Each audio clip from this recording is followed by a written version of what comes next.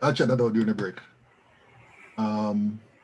And also, assignments 24 through 30 are currently not able to be submitted. Oh, really? I guess I guess I'll have to check that out as well.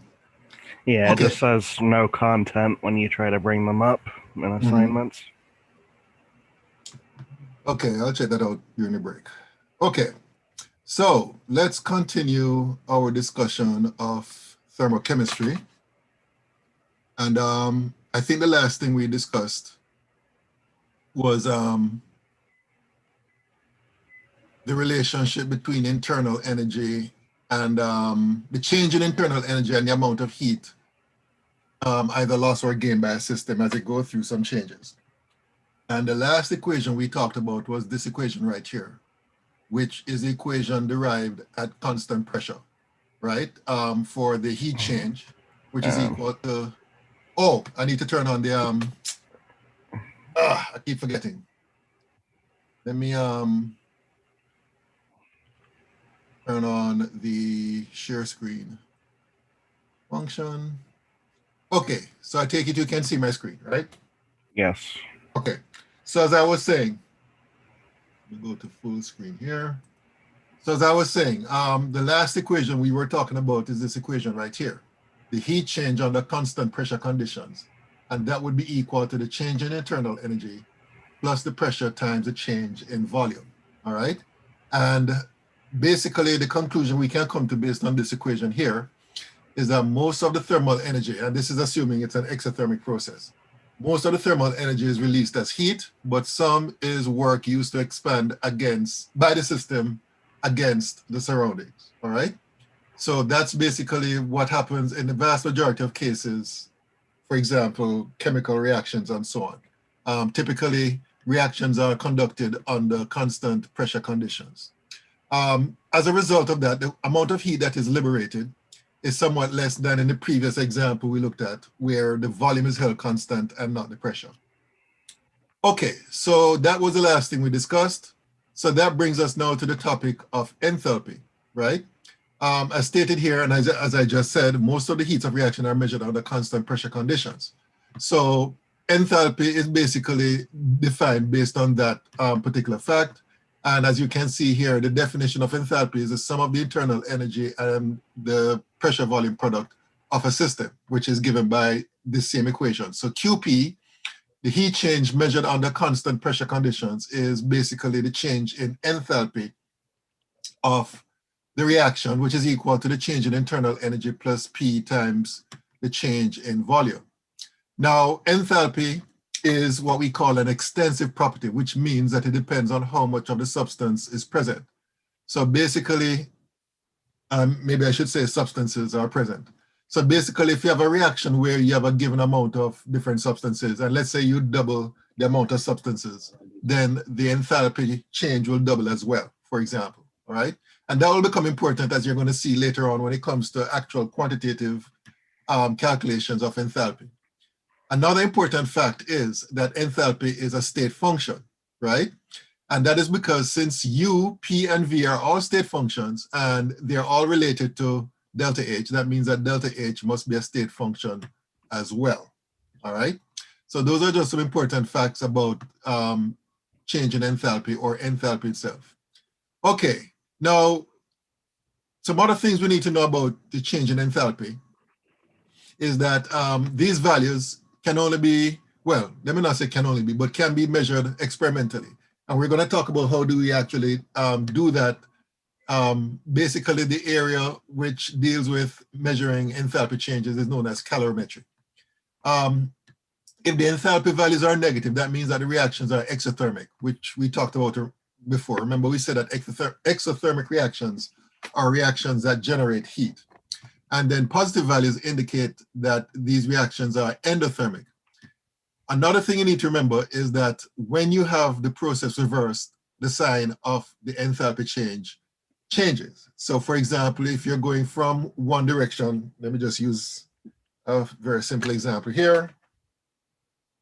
So if you have a reaction A going towards B, and the enthalpy change for that change is negative, that means that B going towards A,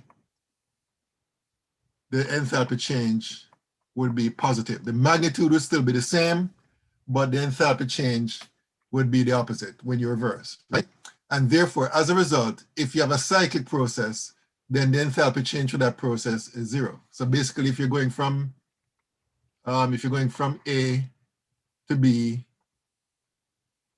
and then from B back to A, then there's no net change, and therefore, overall, the delta H value would be equal to 0.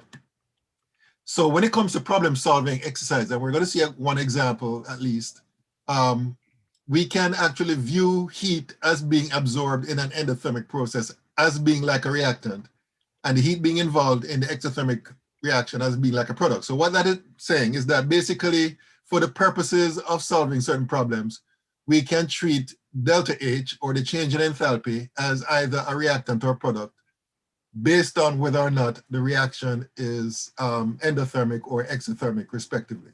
All right, so in other words, okay, let me get out of this here. And let me go to my writing pad here. So in other words, let me see something here. Hold on 1 minute. Oops.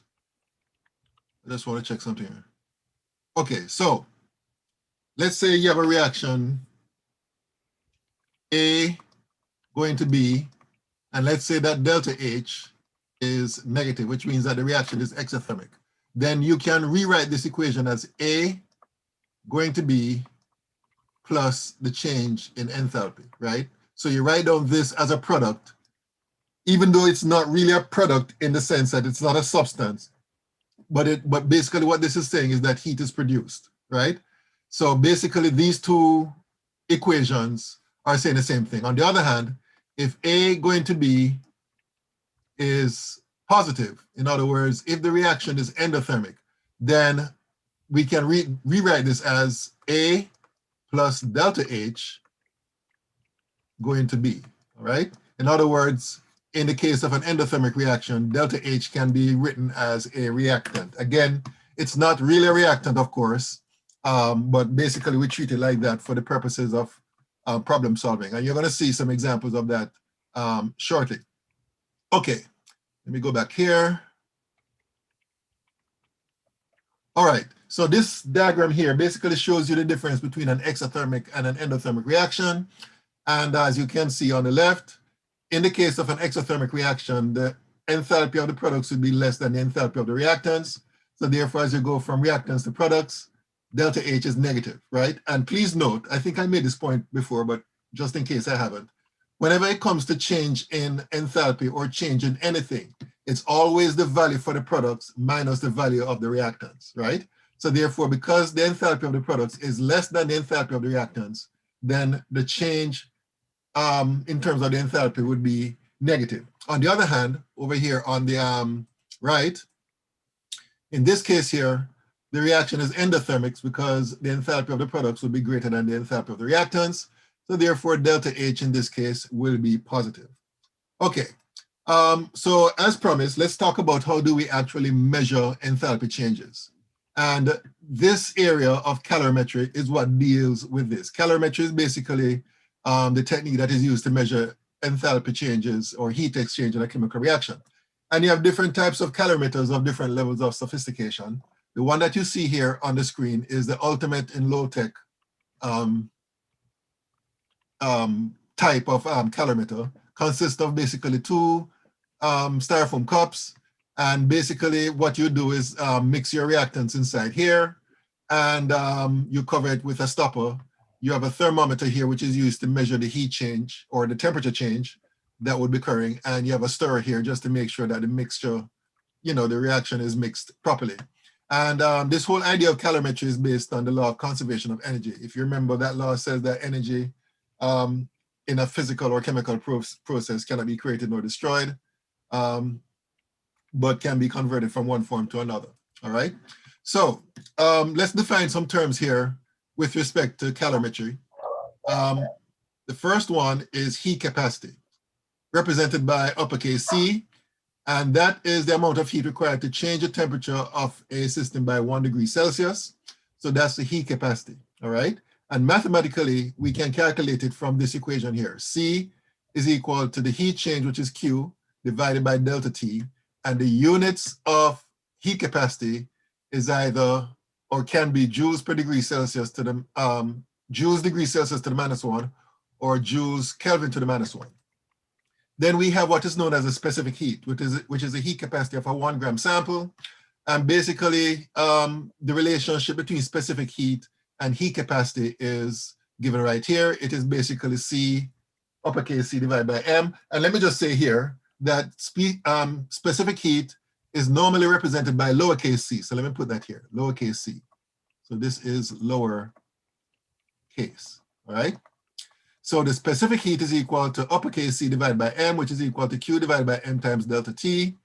And this can be rearranged. Let me see if I have it here. No, I don't.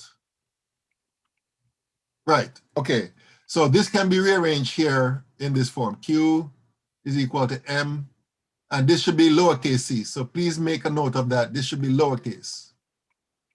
All right, I need to correct that. So Q is equal to M times lowercase C times delta T, all right?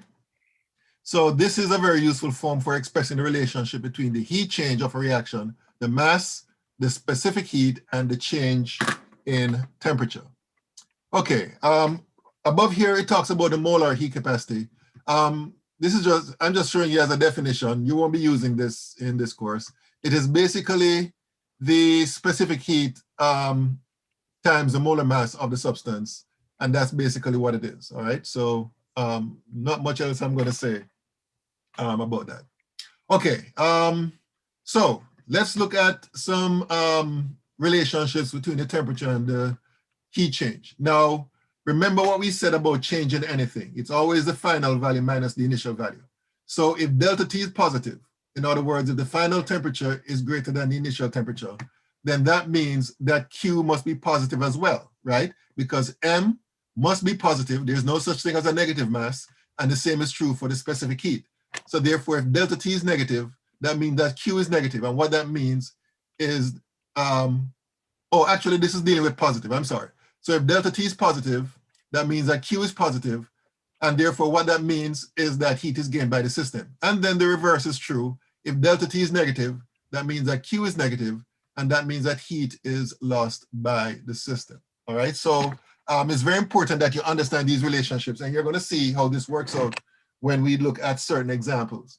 But before we do that, let's look at some values of specific heats.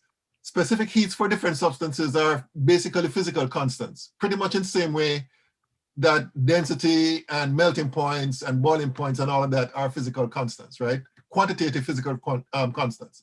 So as you can see here, these are just a sample of a few substances and their corresponding specific heats. And as you can see, metals tend to have relatively low specific heats. Typically, metals will have specific heats less than 1 joule per gram degree Celsius. And then liquids tend to be higher, such as ethanol and water, all right? Water, in fact, has, relatively speaking, a very high specific heat compared to other substances. And the reason for that has to do with a phenomenon known as hydrogen bonding, which we will discuss in a later chapter. I think we will discuss this in chapter either 9 or 10, all right? So this is just, giving you some examples of different substances and their specific heats. And so we're gonna look at a couple of examples. So let me turn my other laptop here. Let me scroll down. Okay, let me see here. Okay, so in this example, okay, so the question here says, given this equation, H2 gas plus I2 gas to give 2HI, and it gives you the corresponding enthalpy change. So the question is asking for you to calculate delta H for this equation, which is HI to form half H2 plus half I2 solid. Okay, now I have a question for you based on this equation here, or this question. I want you to compare equation A and equation B. and I need you to tell me the difference between these two equations. And let me just give you a hint. There are two differences, two major differences between equation A and equation B. So can anybody tell me what those differences are?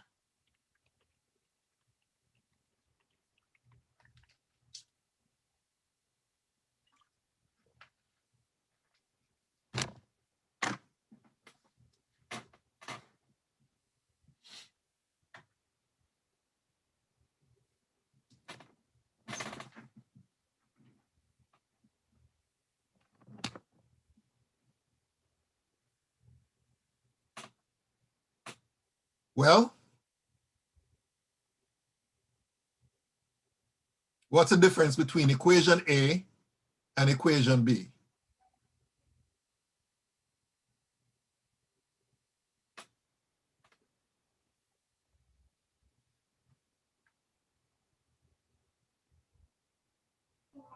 The first compound, right? What do you mean? Clarify, what do you mean by that? The first compound for B is different from A. Okay. Okay, can you say more? I mean, what about the other substances involved? If you look at it, it looks like it's pretty much just the inverse of A. Exactly, right, exactly. The product of equation A is the reactant in equation B and vice versa for H2 and I2. H2 and I2 are the reactants in equation A, and they're now the products in equation B. So that's one important difference, all right? There's another important difference. What's that difference? Looks like it's half the values.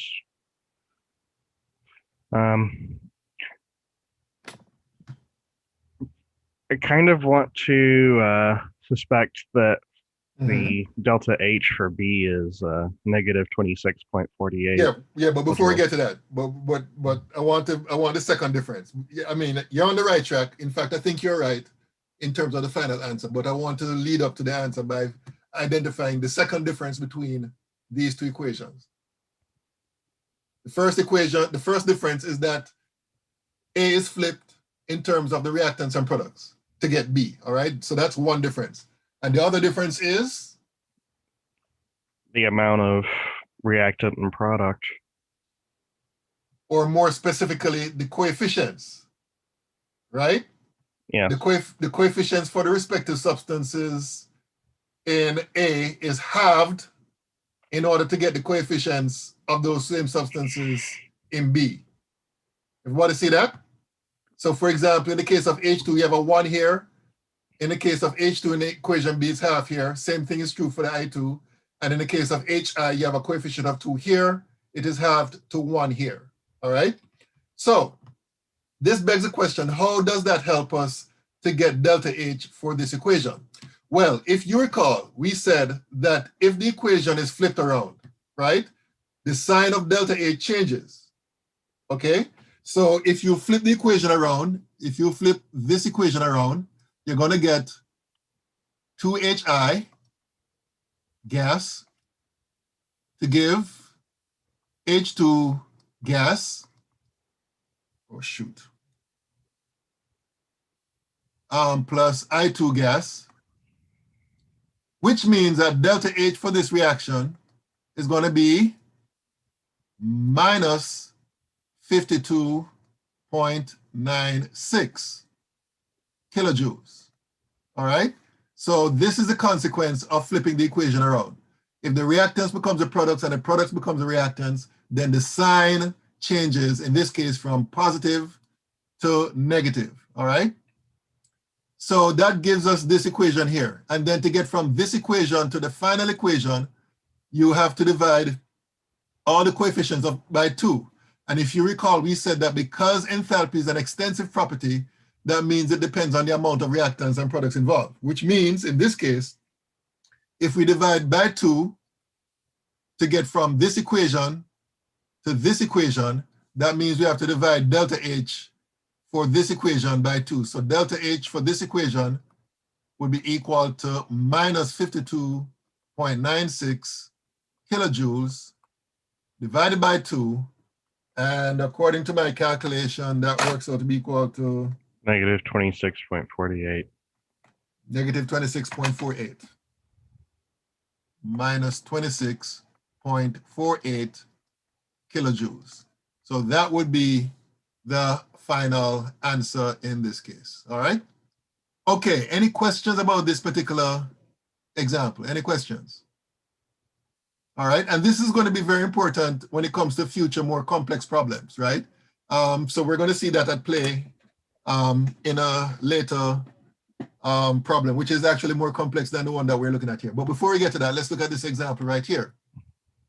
So this question says the complete combustion of liquid octane, C8H18, to produce gaseous carbon dioxide and liquid water at 25 degrees Celsius and at a constant pressure gives off 47.9 kilojoules of heat per gram of octane. So the question is asking for you to write a chemical equation to represent this information. Now what I'm going to do here is, let me see here. I'm going to create another slide so I can do this problem here.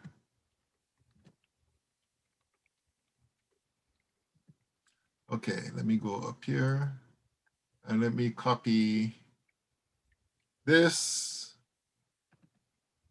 and paste it in the next slide. All right, so let me bring this up and let me broaden this here. Okay, so this is the question here. All right. Now the question is asking, the question gives you some information about octane and the amount of heat that is given off per gram of octane. And the question is asking for you to write a chemical equation to represent this information. Now, basically what this question is asking, and I'll admit it's not too clear, it's not just asking for you to write down the chemical equation. It's asking you to write down something like what we have here, right? The equation and the delta H value corresponding to that equation. That's basically what the question is asking for. So it's asking for two things. It's asking for the balanced equation and it's asking for the corresponding delta H value, all right? Okay, so the first thing we need to do is figure out the equation. So my question to you is what, based on the information provided, what are the reactants and the products of this reaction? What are the reactants and the products?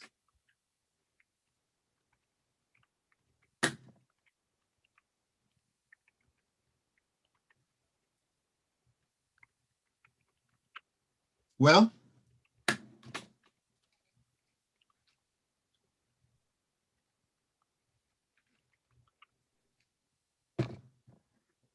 the reactants would be C8H18 and O2. C8H18, liquid. And also, let me just say this. I don't know if I said this before.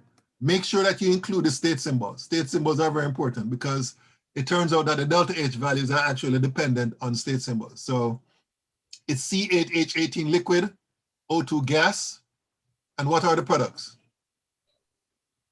CO2 and H2O. CO2 gas and H2O liquid. All right, this is all based on the information provided. Okay, next step, of course, is to balance this equation. So how do we go about balancing this equation?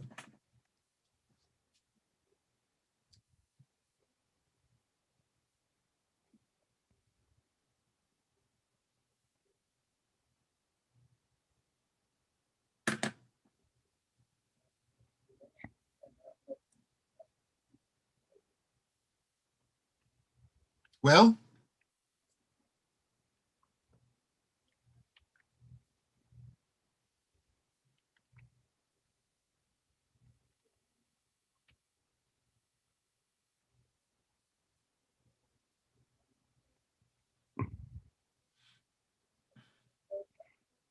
I'm calculating at the moment.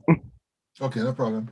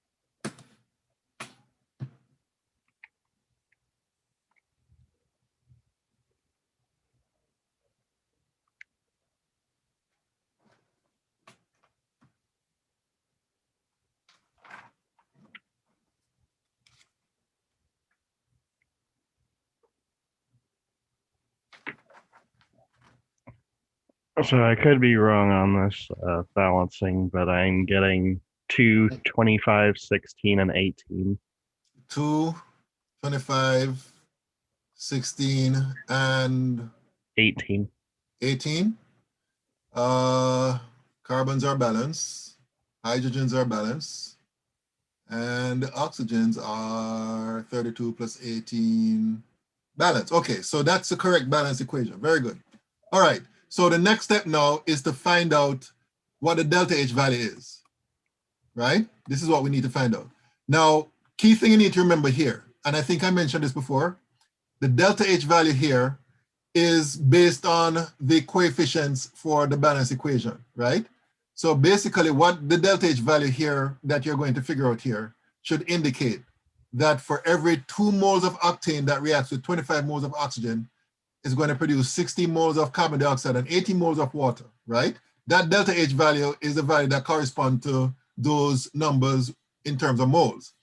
That's important because they gave us in this question the fact that the reaction gives off, and this is also very important, gives off 47.9 kilojoules of heat per gram of octane.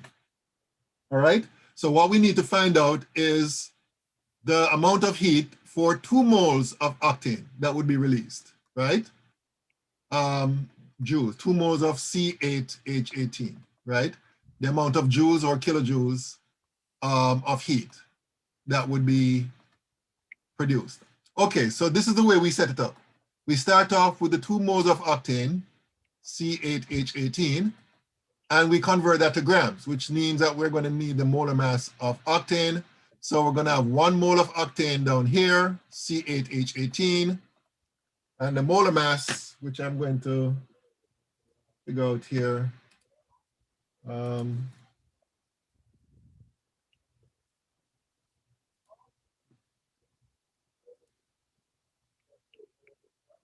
Okay, so C8H18.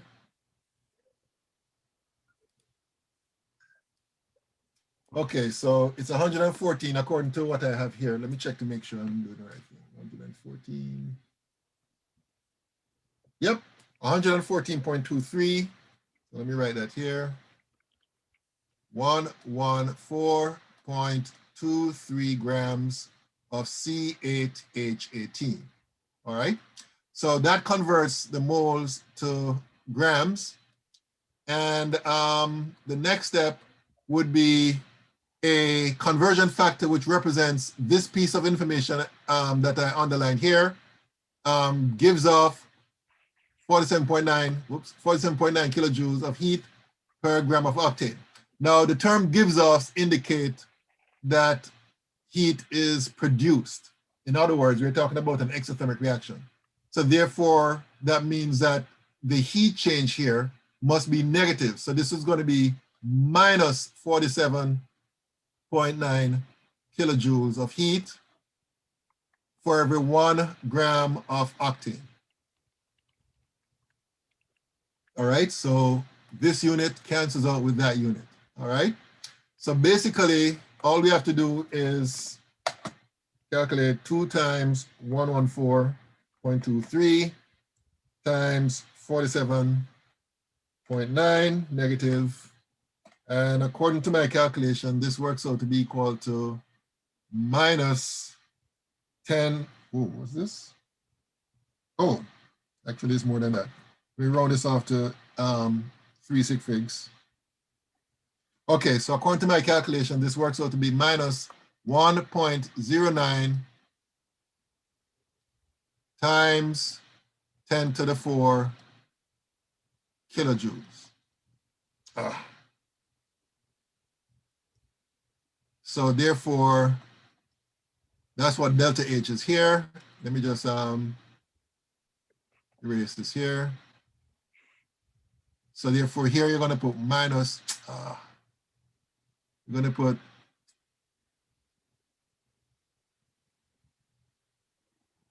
I'm sorry, folks, minus 1.09 times 10 to the 4 kilojoules. And that's what the question is asking for. The question is asking for the equation Question is asking for the equation as well as the enthalpy change associated with it, written like this. So that's the answer. All right.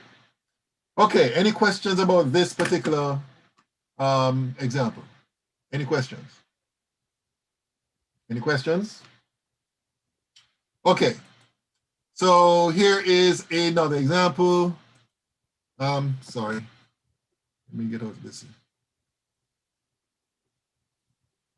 I want to bring this up so that I have more space to write down below.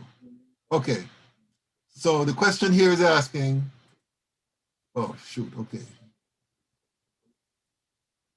So the question here is asking, what is the enthalpy change associated with the formation of 5.67 moles of HCl gas in this reaction? And it gives you this equation and it gives you the delta H here. So again, what you have to remember is that the delta H value here that is given is based on the balanced equation here, and it's based on the coefficients of the different substances, right? So the first thing I would notice is that since the question is asking for the amount of heat change for 5.67 moles of HCl, I'll look at the mole ratio, or I should say I'll look at the relationship between HCl and the enthalpy change. And basically we can conclude that for every 2 moles of HCl that is produced, the enthalpy change is minus 184.6 kilojoules. So I'm going to go here and start off with the 5.67 moles of HCl. And then I'm going to multiply that by, down here, 2 moles of HCl, and up here, minus 184.6 kilojoules. And that's basically all you need to do. So 5.67 multiplied by 184.6 minus divided by 2. And according to my calculations, this works out to be equal to, rounded off to 3 sig figs, minus 523 kilojoules. And that's basically how that is done. All right, any questions about this example? Any questions? Any questions? I'm sorry, I couldn't hear that.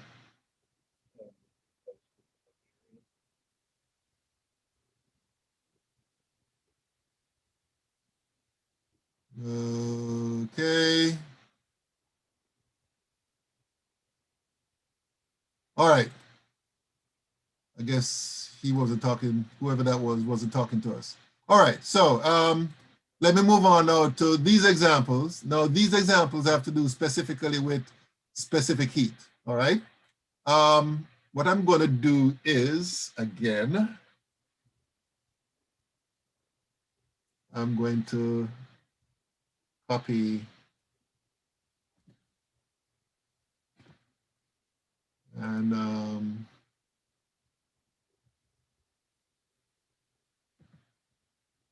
paste down here. Bring this up.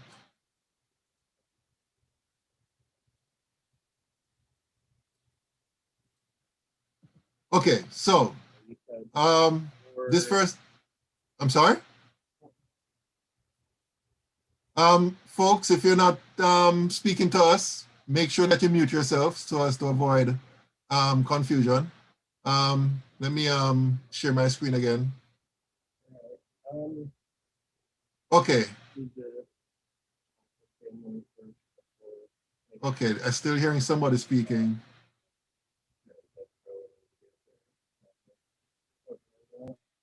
Okay. Okay, so let me see here.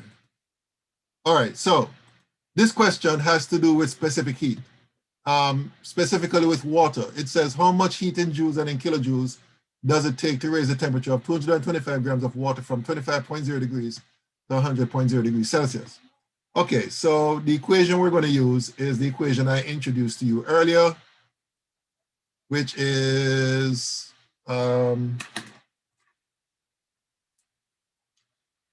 Q is equal to M times C times delta T, all right? So what the question is asking for is Q. So all we have to do is plug the numbers in, 225 grams times the specific heat. Now that would have to be given to you. And for water, it's actually 4.18 joules per gram degrees Celsius times the change in temperature. Now remember, the change in temperature will be the final temperature minus the initial temperature, all right?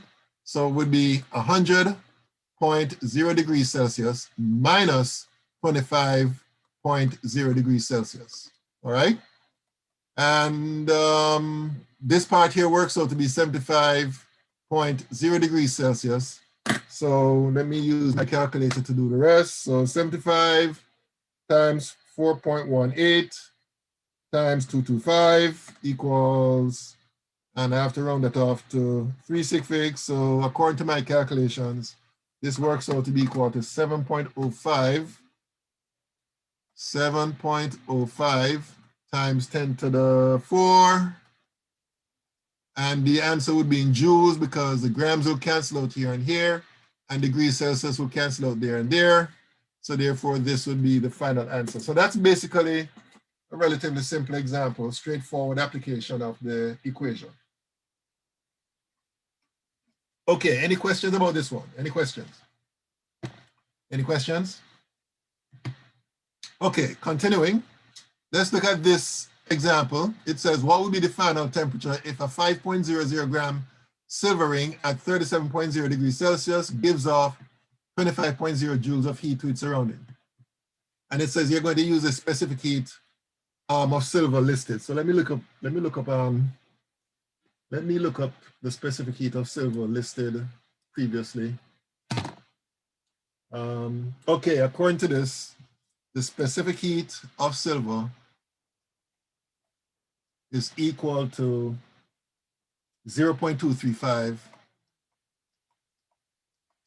joules per gram degree Celsius. We're going to need that value. Okay.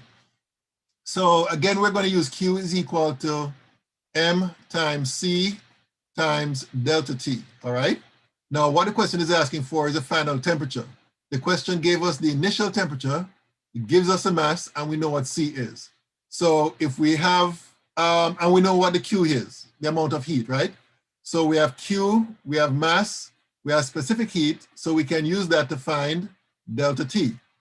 So if we rearrange this, we get delta T is equal to Q divided by M times C. Now Q is going to be minus 25.0 joules, because remember how the question is worded. It says it gives off 25.0 joules of heat. So, you know, this is very important. You need to interpret the question carefully so that you know the correct sign for, in this case, Q, all right? We're going to divide that by the mass, which is 5.00 grams, times the specific heat, which is 0.235 joules per gram degree Celsius. And we work that out. So it's going to be 25 minus divided by 5 times 0.235. And according to my calculation, this works out to be equal to, round off to 365. So this is going to be equal to minus 21.3. Minus 21.3 degrees Celsius. So that's what delta T is equal to. Now, delta T, as we said before, is the final temperature minus the initial temperature, all right? Now, they gave us the initial temperature, which is the 37.0 degrees Celsius. So this is going to be T1. And the question is asking for the final temperature. So therefore, T2, if we rearrange this, is going to be equal to minus 21.3 plus degrees Celsius plus T1. So that's going to be minus 21.3 degrees Celsius plus 37.0 degrees Celsius. So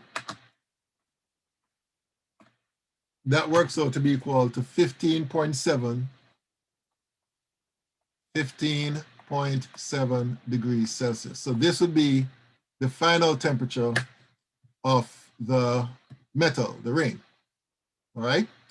So that's basically how that is done. And it makes sense if you look at the numbers. The 15.7 is less than the 37.0, which makes sense because the ring is giving off 25.0 joules of heat. Okay, any questions about this? Any questions? Any questions? Okay, moving along. Okay, why is this thing not responding? Okay. Okay, now let's do this example. Now this one, you have to be very careful about this one. Okay, in this case, you have a 15.5 gram sample of a metal alloy. It's heated to 98.9 degrees Celsius and then dropped into 25.0 grams of water in a calorimeter. The temperature of the water rises from 22.5 to 25.7 degrees Celsius. And the question is you're to calculate the specific heat of the metal alloy, all right? So let me try to describe what's happening here. You have the metal, which is hot, 98.9 degrees Celsius, right? And then you add it to the water. Now the water is cooler, much cooler, 22.5 degrees Celsius. So what's going to happen is that when you add the hot metal to the cooler water, you're going to have the heat transfer from the metal to the water, which means that the temperature of the metal will fall and the temperature of the water will rise until they both reach thermal equilibrium, where the temperatures are the same, right? So the 25.7 degrees Celsius here that is mentioned here for the temperature of the water, it's going to be also equal to the temperature of the metal at that point, because the metal will be in thermal equilibrium with the water. And it's based on that, you're going to calculate the specific heat of the metal. So the first thing I'm going to write down is this, the relationship between the heat change of the metal and the heat change of the water. And that is this, the heat change of the metal is equal to minus the heat change of the water, right? And the minus sign is important because basically what this is indicating is that while the metal is losing heat, the water is gaining the same amount of heat, right? So as far as the metal is concerned, its heat change is negative. As far as the water is concerned, its heat change is positive, but the magnitude would be the same in both cases, right? And then what I'm going to do is write down separate expressions for each of these terms. Now remember, Q is equal to mass. I keep doing this. Mass times the specific heat times the change in temperature of a substance. So I'm going to write down this expression for these two terms, all right? So for the metal, it's mass of the metal times the specific heat of the metal times the change in temperature of the metal, and that will be equal to minus the mass of the water times the specific heat of the water times the change in temperature of the water, all right? And then what we're trying to find is this, the specific heat of the metal, which means that I would divide both sides by the mass of the metal times the change in temperature of the metal, right? The mass of the metal times the change in temperature of the metal. So this is going to cancel with this. This is going to cancel with this, and this will cancel with that. So you're going to end up with the expression of Cm is equal to minus the mass of the water times the specific heat of the water times the change in temperature of the water divided by the mass of the metal times the change in temperature of the metal. And then what I'm going to do next is plug in the numbers. And this is where you have to be careful. You have to identify the different terms, like the 15.5 here, the 98.9 here, the 25.0 grams here, the 22.5, and the 25.7 there. You need to put those numbers in the correct places for these different terms in this equation. So we're going to start off with minus the mass of the water, which is 25.0 grams, times the specific heat of water, which would have to be given to you. That would be 4.18 joules per gram degrees Celsius, times the change in temperature of the water. So here's where we have to be careful. As far as the water is concerned, the initial temperature is 22.5, the final temperature is 25.7. So therefore, it is going to be 25.7 degrees minus 22.5 degrees Celsius, all right? And then we're going to divide that by the mass of the metal, which is 15.5 grams multiplied by the change in temperature of the metal. Now, remember we said that the final temperature of the metal would be the same as the final temperature of the water.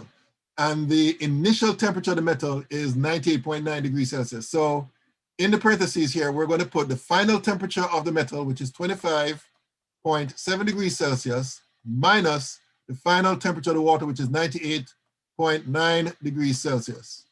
And we need to do our number crunching. So what I'm going to do first is work out what's within the parentheses. So 25.7 minus 22.5.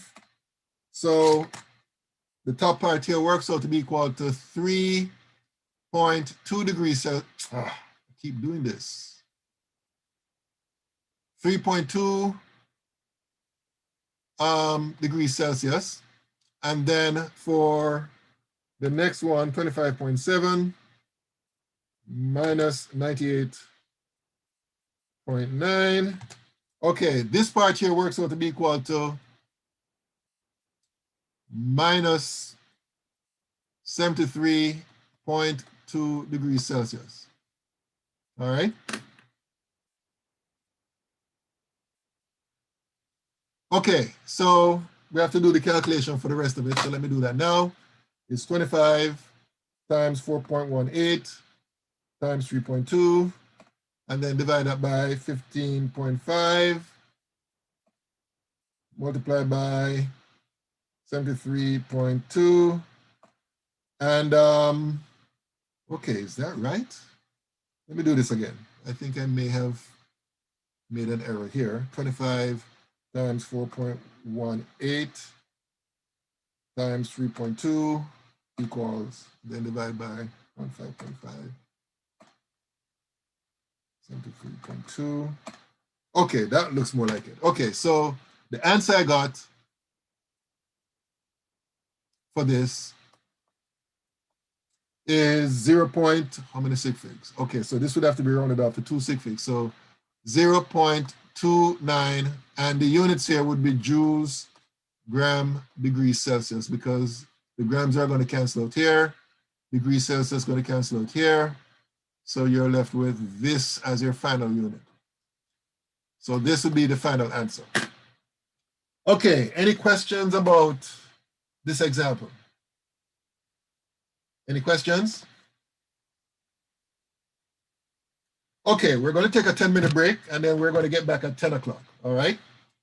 So let me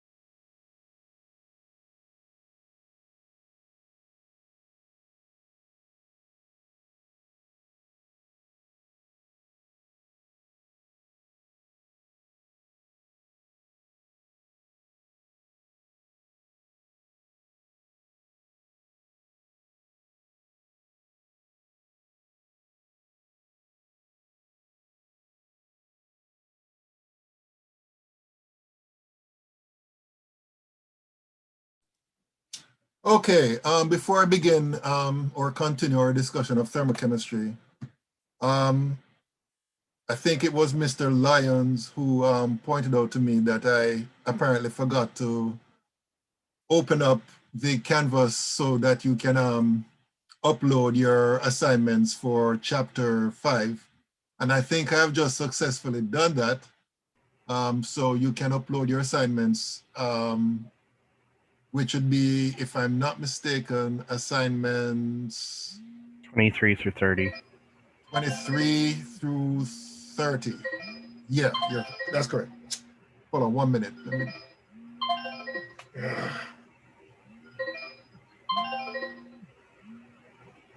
Okay, sorry about that.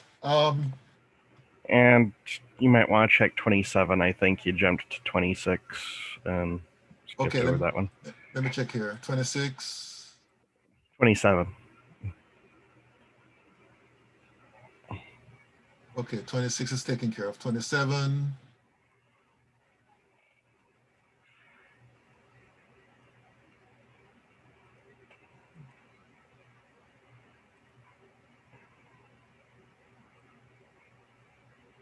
Oh, okay. Oh, that should be taken care of. All good. Okay, yeah. All right, good. Okay. And then my last question is, I know we had the first test on chapters 1 and 2. Just wondering when we might be expecting the next one. I'll post an announcement after I check my dates and so on, but it should be soon. If I'm not mistaken, I'll probably give you the test probably by the weekend, and you're supposed to complete it by Monday or something like that, but I'll let you know. All right. I have to check and see what topics you have completed and what assignments I have graded and what I will be turning in back to you. And I also have to decide on the assignment keys that I'm going to post as well. So I have to take care of all of that before I can make sure of a date for your next test. Okay. Right. So let me, people always call me when I'm teaching. I don't know why. Anyway, so let's move on to this topic of Hess's law of constant heat summation. So this law is a very simple one, a very elegant one, and a very useful one for determining the enthalpy changes of reactions that are difficult to obtain experimentally. So basically what this law says is that the heat of a reaction is constant regardless of the number of steps in the process. So basically what they're saying here, or you can represent it mathematically as the enthalpy change overall is equal to the sum of the enthalpy changes of all the individual reactions. So let me try to illustrate what we're talking about here. Let me go back to this. So let's say you can go from A to C directly. And let's say that the enthalpy change for that is delta H3. Or you can go from A to B and then from B to C indirectly, right? So this is, let's say that this enthalpy change for this is delta H1. And let's say that the enthalpy change for B to C is delta H2. So according to Hess's law, delta H3 is going to be equal to delta H1 plus delta H2. All right? That's basically what Hess's law is saying. It's saying that the enthalpy change going from A to C will be the same regardless of whether or not you're going directly or indirectly. All right? And this is useful because, for example, let's say you know what delta H3 is and delta H1 is, right? Then you can simply calculate delta H2 by rearranging this. Delta H2 will be equal to delta H3 minus delta H1, right? And we're going to see some examples of this. But before we do that, let me just show you another way of showing you the relationships between these three values. So another way of expressing this is that you can write this down. A going to B, and the enthalpy change for that is delta H1, as I said before. And then B going to C, the enthalpy change for that is delta H2, right? If you add these two equations together, the B's will cancel out because they are the same thing on both sides. So you're going to get A to C and that will be equal to delta H2 plus delta H1, because when you add these two equations together, you have to add these two values of enthalpies together, and that would be equal to delta H3. All right, so that's just another way of showing you the relationship between those terms. Okay, so let me go to full screen here. Okay, so it says here that when necessary, you may have to reverse the chemical equation, and therefore the sign of delta H for that reaction will change. All right, and we're going to see an example of that shortly. All right, also, when you multiply equation coefficients, you have to multiply the delta H for that reaction by the same number. All right, again, you're going to see that fact used in solving a particular problem. But before we get to that example, I just want to show you this enthalpy diagram, which is a demonstration of how Hess's law works. So here we have a reaction between carbon and oxygen. Now, you can have carbon reacting with oxygen directly, and you'll end up with carbon dioxide. The enthalpy change of that would be minus 393.5 kilojoules. But this reaction can also take place in two steps, where carbon first reacts with half a mole of oxygen to form carbon monoxide, and then reacts with the other half a mole of oxygen to form carbon dioxide. So therefore, for the first step here, delta HA is very difficult to determine experimentally. And the reason why is because as soon as the carbon monoxide is formed, it will immediately react with oxygen to form carbon dioxide. However, it is very easy for you to determine experimentally the enthalpy change occurring when carbon monoxide reacts with half a mole of oxygen to form carbon dioxide. So basically, this is what Hess's law is saying. Hess's law is saying that delta HA plus delta HB is going to be equal to delta HC. And therefore, if you know what delta HB and delta HC is, then you can simply determine what delta HA is. So let me see if I can do this. Where should I squeeze this? Let me squeeze this up here. So basically, we can say that delta HC is equal to delta HA plus delta HB. So therefore, delta HA will be equal to delta HC, delta HC minus delta HB. And then we put the numbers in. So delta HC is minus 393.5 kilojoules. And then we're going to subtract from that minus 283.0 kilojoules. And let me do this calculation, 393.5, 283.0. So according to my calculations, this works out to be equal to, right here, minus 110.5 kilojoules. So this would be the value for delta HA, all right? Okay, so that's a relatively simple example of the application of Hess's law, all right? Now, what we're gonna look at here is a more complex example of Hess's law, right? So you're given these three equations down here and their corresponding delta H values. And the question is saying, based on these values and these equations, you are to determine the enthalpy change of this reaction right here, all right? So what I'm gonna do is get out of this, and I'm going to open up my writing pad here, clean this up, and I'm going to do this problem, all right? So basically, let me just rewrite the equation for which you're trying to find delta H. You're trying to find delta H for this reaction. 2 carbon solid plus 2 H2 gas to give C2H4 gas, and delta H is equal to, I don't know, because that's what you're trying to find. All right, so you're given C solid plus O2 gas to give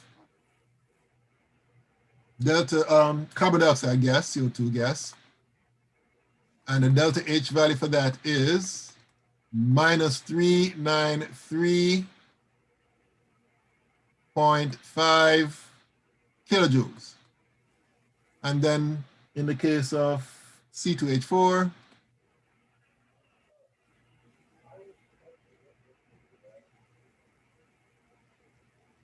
gas reacting with 3O2.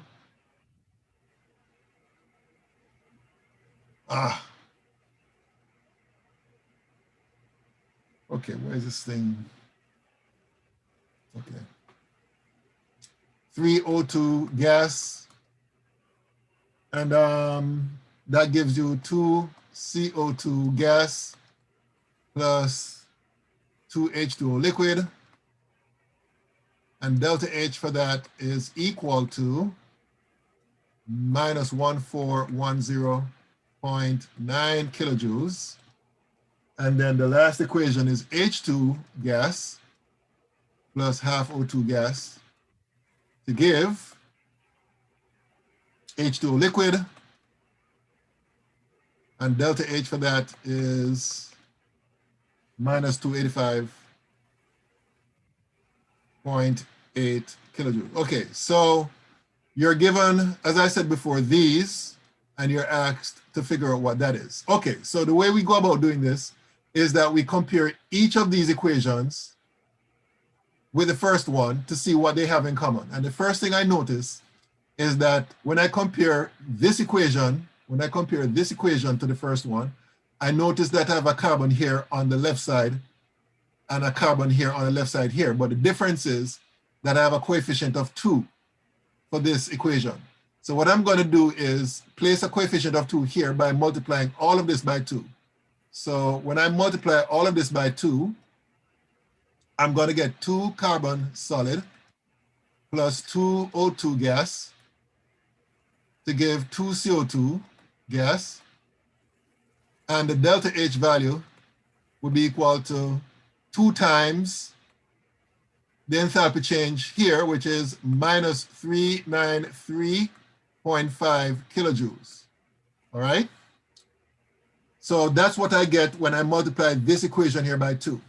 Okay, the next thing I notice is that when I compare this equation to the first one, there's a C2H4 here on the left, whereas in this equation, it's on the right.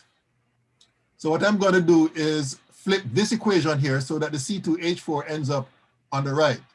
And therefore, the sign of this will change. All right, so what I'm going to do here is flip this equation, and I'm going to end up with, on the left side, 2 CO2 gas plus 2 H2O liquid on the left side. And then on the right side, I'm going to have C2H4 gas plus 3 O2 gas. And delta H for this would be equal to plus 1410.9 kilojoules. All right? Okay. So that brings us now to the third equation in this list right here. Again, I'm going to compare this equation.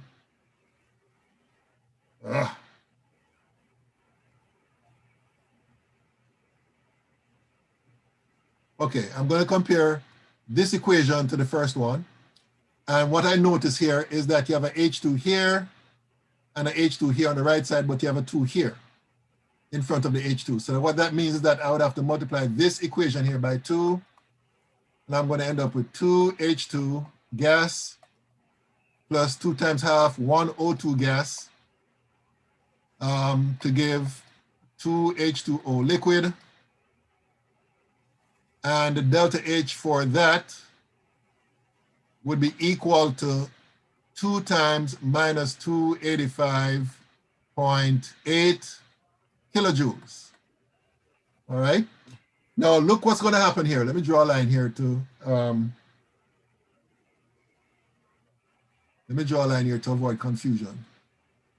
So now that we have done those manipulations of those equations, what I'm going to do is add these equations together. I'm going to add these equations together. And remember, when you're adding equations, you have to cancel out those items that are common to both sides. And the first thing I notice is that we have 2 carbon dioxides here, which will cancel out with those 2 carbon dioxides here, all right? I also notice that I have 2 H2O here, which will cancel out with the 2 H2Os here.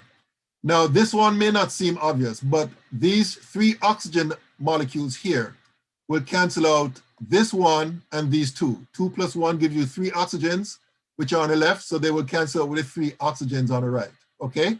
There's nothing else to cancel out, so we just simply write down what we have left. What we have left would be 2 carbon solid plus 2 H2 gas, and then on the right side, we're gonna have C2H4 gas, all right? And if you look at this, you'll see that this is the same equation as the equation that we have at the top right here. What that means, therefore, is that to get the delta H for that equation, we have to add these values together to get the delta H values, or the delta H value for the final answer. So what I'm going to do is work out 393.5 negative times 2, and that gives, this part here gives 787.0 kilojoules. And then for this part here, 285.8 minus times 2. Oh, shoot. This should be negative. All right. And then for this part here, this is going to give you minus, let me do it here, minus 571.6 kilojoules. And then I'm going to add these together. So minus 571.6 plus 1410.9 minus 787.0. So the answer I got here is 52.3 kilojoules. And that's basically how that is done. All right.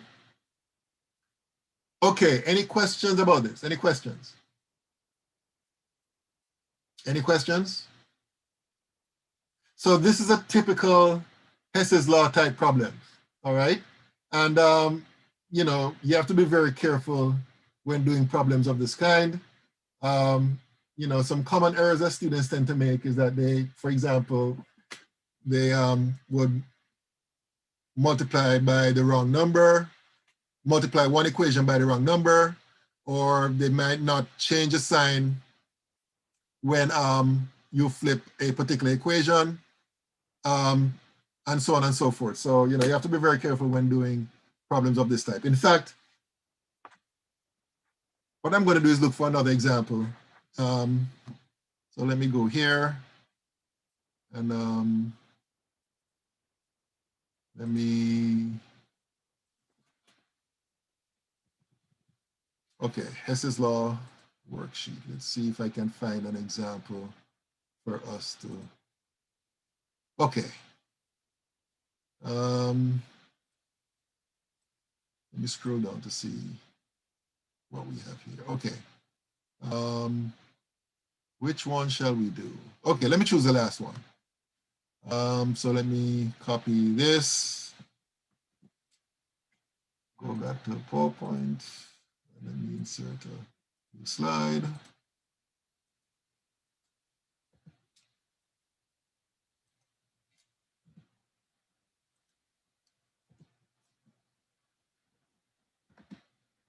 Okay, this might seem a bit confusing.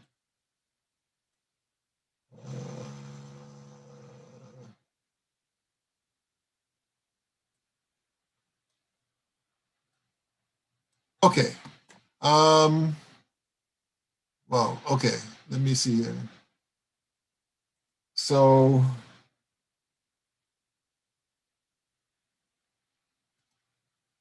in this case,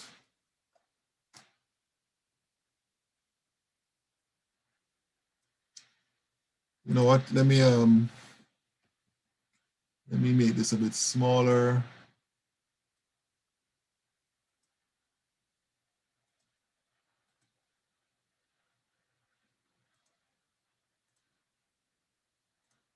Oh, no, that's too small.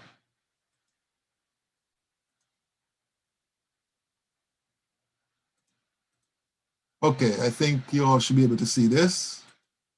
All right, so I'm sorry. I want to make it a bit more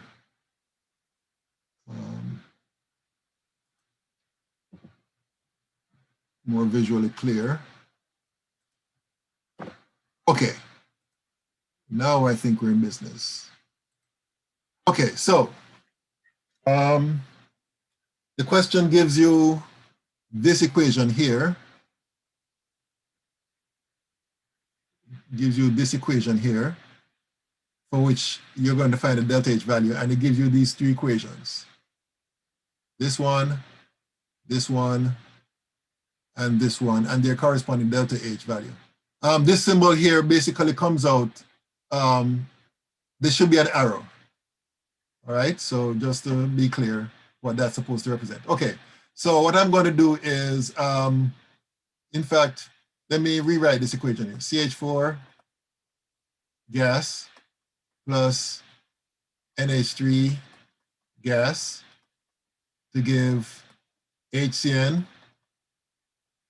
plus 3H2. And you're trying to find delta H for this.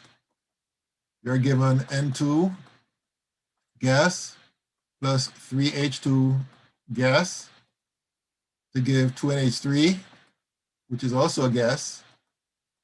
And delta H for this is 91.8 kilojoules.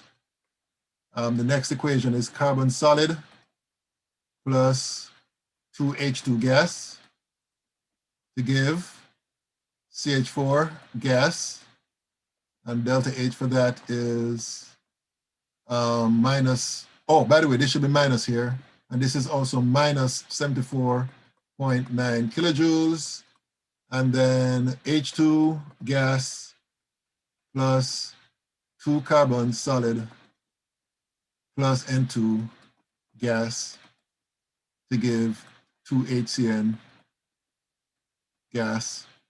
And delta H for this is equal to 270.3 kilojoules. All right, so same process as we did before. We compare each of these equations to the first one. And the first thing I notice here,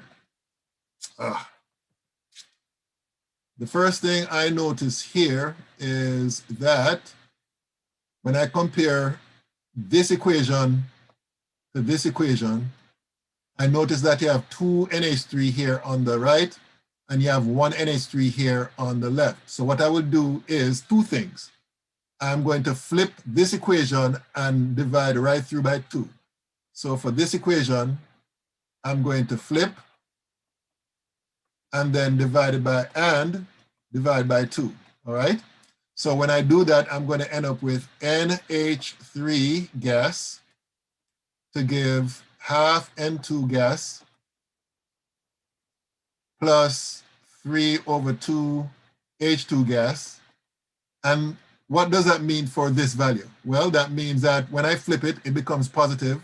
And then when I divide by 2, I'm going to end up with delta H is equal to 91.8 divided by 2 kilojoules, all right? So that's what happens when I flip this equation and then divide everything by 2. In the case of the next equation, when I compare this, let me see now.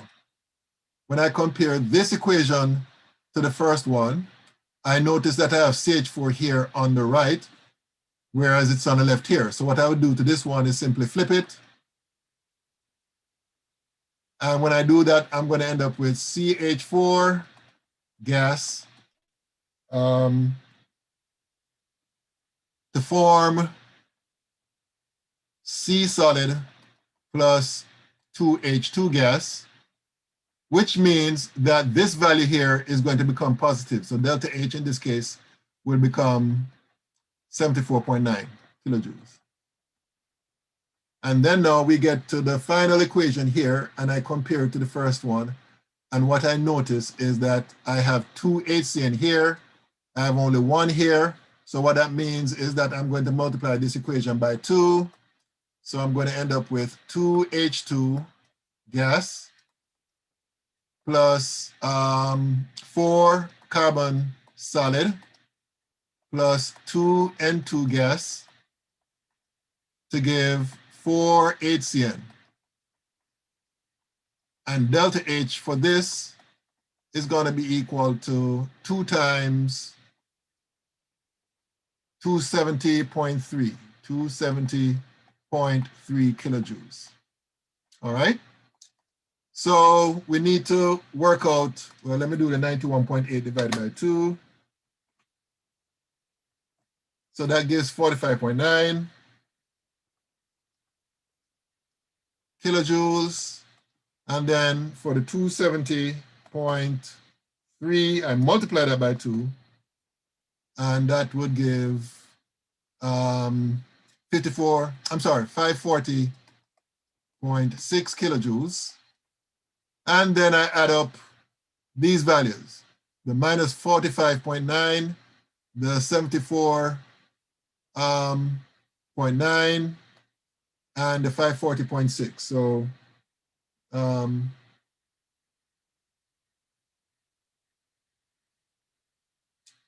45.9 plus 74.9 plus 540.6. And according to my calculations, this works out to be equal to 661.4 kilojoules. All right. And I think they actually have the answer. Let me see if we got the correct answer. Let me go back here. Okay, apparently we got the wrong answer. Let me see what we did wrong. Okay, I think I see, hold on.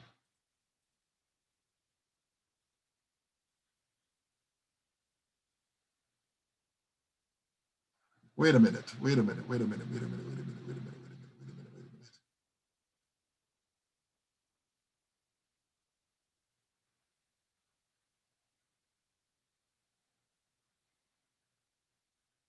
Okay, I see what we did wrong. We should have divided this by 2. So let me go back and correct this here. What I should have done, let me erase.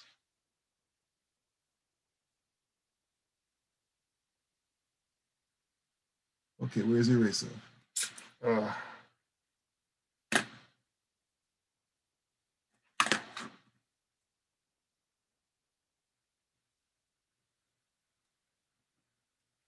Okay, this last line here is incorrect.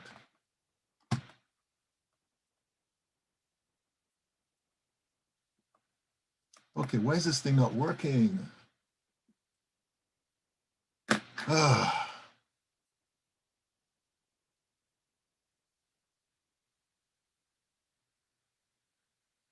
No.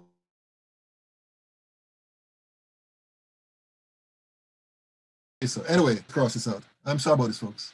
For some reason, this pointer is not behaving itself today. Oh, that line is wrong. What I should have done is divide by 2. I should have divided by 2 here, right? Which makes sense because I have 2 here and 1 here. I don't know what I was thinking at the time. So let's do that. So that will give you half H2 gas plus C solid plus half N2 gas to give you HCN, which means that this would be delta H here would be half of 270.3 kilojoules. And what I should have done, which would have probably allowed me to pick up on the mistake I made, is that I should have added all these equations together. So let's do that now. So the first thing I notice is that this nitrogen will cancel with that nitrogen. This 3/2 hydrogen will cancel out with the 3/2 hydrogens here. And what else? The carbons will cancel out here and here. So we will be left with CH4 plus gas plus NH3 gas. Well, All right. I sorry? don't think that the hydrogens cancel out, because I was seeing 3 halves, and then on the left was only 1 half. Oh, you're right. So this should be, hold on. You're absolutely right. I canceled out this here, which I shouldn't have. This is getting messy. All right, tell you what I'm going to do is, what time is it? Okay, what I'm going to do is, I'm going to do this over again on a video. I'm going to post it online because this is getting messy right now. All right. So I'm just going to continue to the next topic. I'll make sure to post this online later on today, and then you can see how it's worked out. I should have actually done this before, but I was just trying to find another example. All right. Let me continue now to discussing standard state conditions. So basically, this is necessary because the enthalpy changes that we were talking about, they're dependent on conditions, temperature, pressure, concentration, etc., right? So in order for us to make meaningful comparisons between substances or between reactions in terms of, whether or not they're exothermic, endothermic, or the value of their enthalpy changes and so on, we have to adopt what we call standard conditions. Now, these standard conditions are not all the same as STP that we learned in chapter 5. So this is basically what we're talking about with respect to standard state and the conditions associated with the standard state. The standard state of a solid or liquid substance is the pure element or compound when the conditions are 1 atmosphere pressure and the temperature, which is usually 25 degrees Celsius, right? So that's basically what we mean by this standard state. So as we stated here, 1 atmosphere would be the standard pressure in this case, and 25 degrees Celsius would be the standard temperature, all right? So therefore, that's a standard state for basically pretty much every substance for which we're measuring the enthalpy for, whether it is mercury, water, or helium. And of course, the actual states of these substances are different. For mercury, it's a liquid under those conditions, but for helium, it's a gas, all right? So these are the conditions under which we measure enthalpy values to get their standard enthalpy values, all right? So this brings us now to a discussion of standard enthalpy for reaction, which is symbolized by this representation here, delta H with a O or 0 as a superscript, all right? So this is basically the symbol for standard enthalpy change. So whenever you see this, you know that the conditions are, as we said before, 1 atmosphere pressure and 25 degrees Celsius. And the standard enthalpy of formation is another important term that you need to be aware of.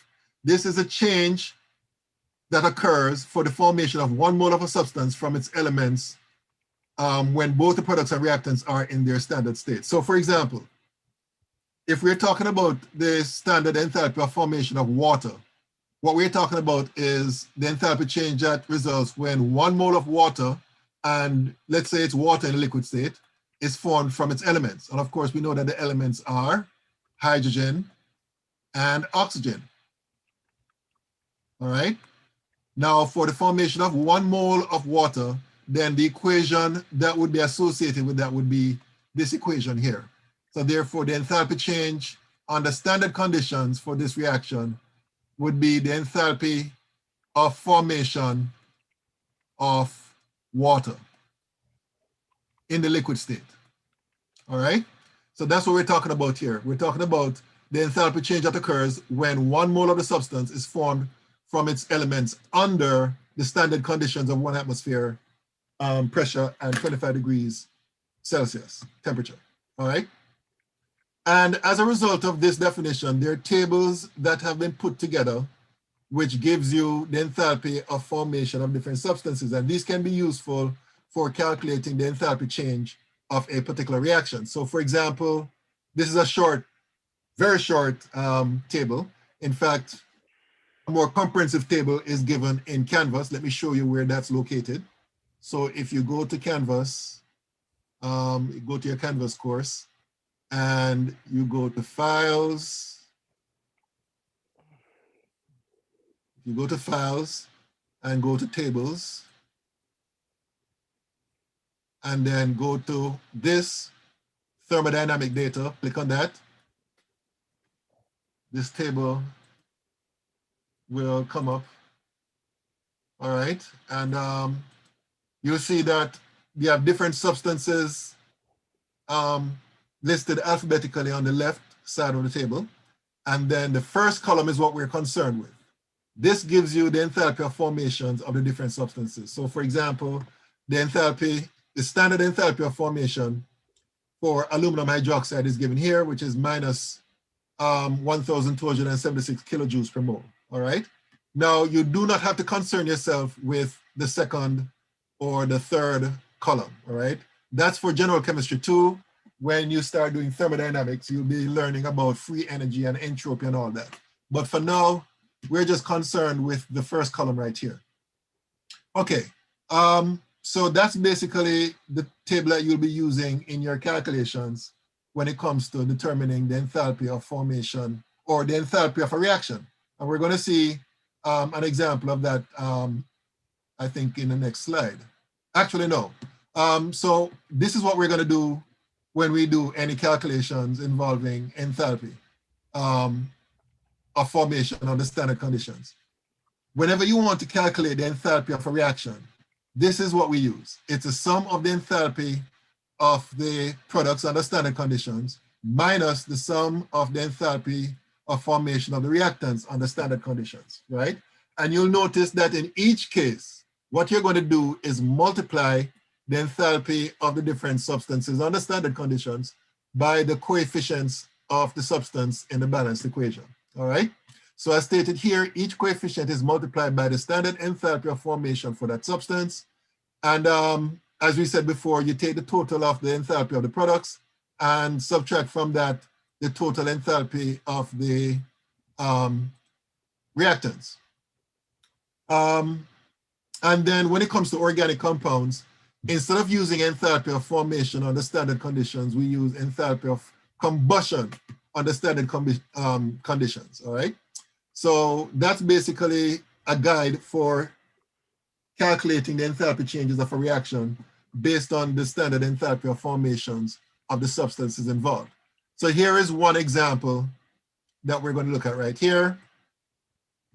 Question says, well, fortunately, they gave us the balanced equation, and the question is asking for us to calculate delta H for this reaction. And it says you're going to use a table that I've provided to calculate the enthalpy of that reaction. So what I'm going to do is, let me see here. Okay, so what I'm going to do is go to my writing tablet here.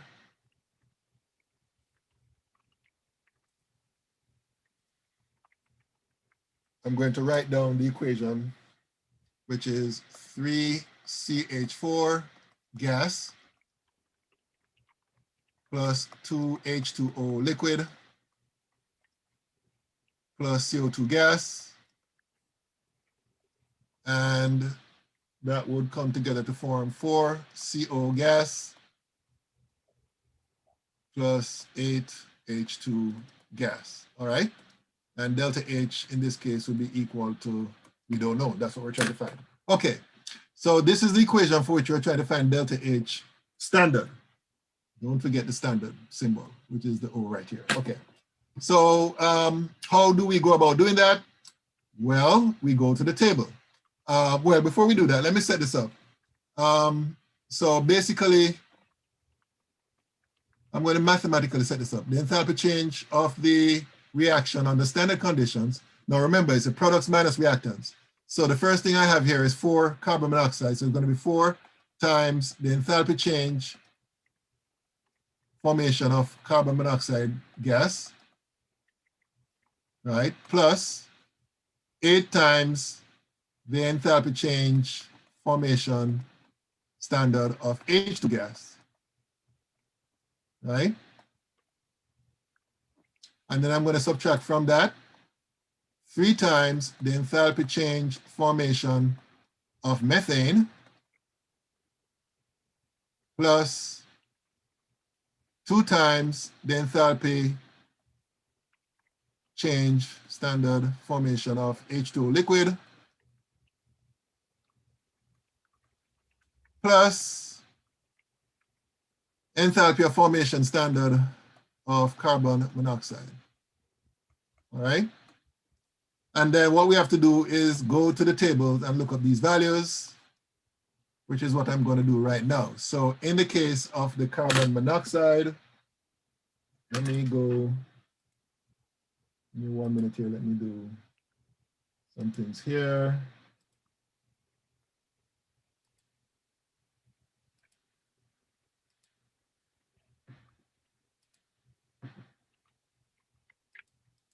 Okay, so in the case of carbon monoxide, when I consult the table, scrolling down. Okay, in the case of carbon monoxide, it is 4 times minus 110.53, 110.53 kilojoules, plus 8 times the enthalpy of formation of H2O. So let me look for H2O. Hydrogen, where are you?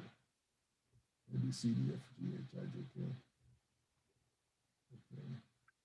Or maybe it's under water.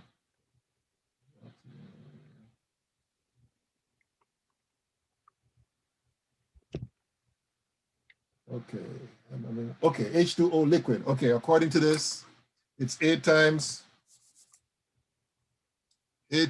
minus 285.83 kilojoules. Okay, so that takes care of things on the left, and then on the right side, 3 times, okay, for methane, let me see here, CH4, I got minus 78.81, minus 74.81, I'm sorry, 74.81 kilojoules, plus 2 times, what am I doing? Oh, I made a mistake here. This is not water, this is H2, which means that this is incorrect. Okay, so let me,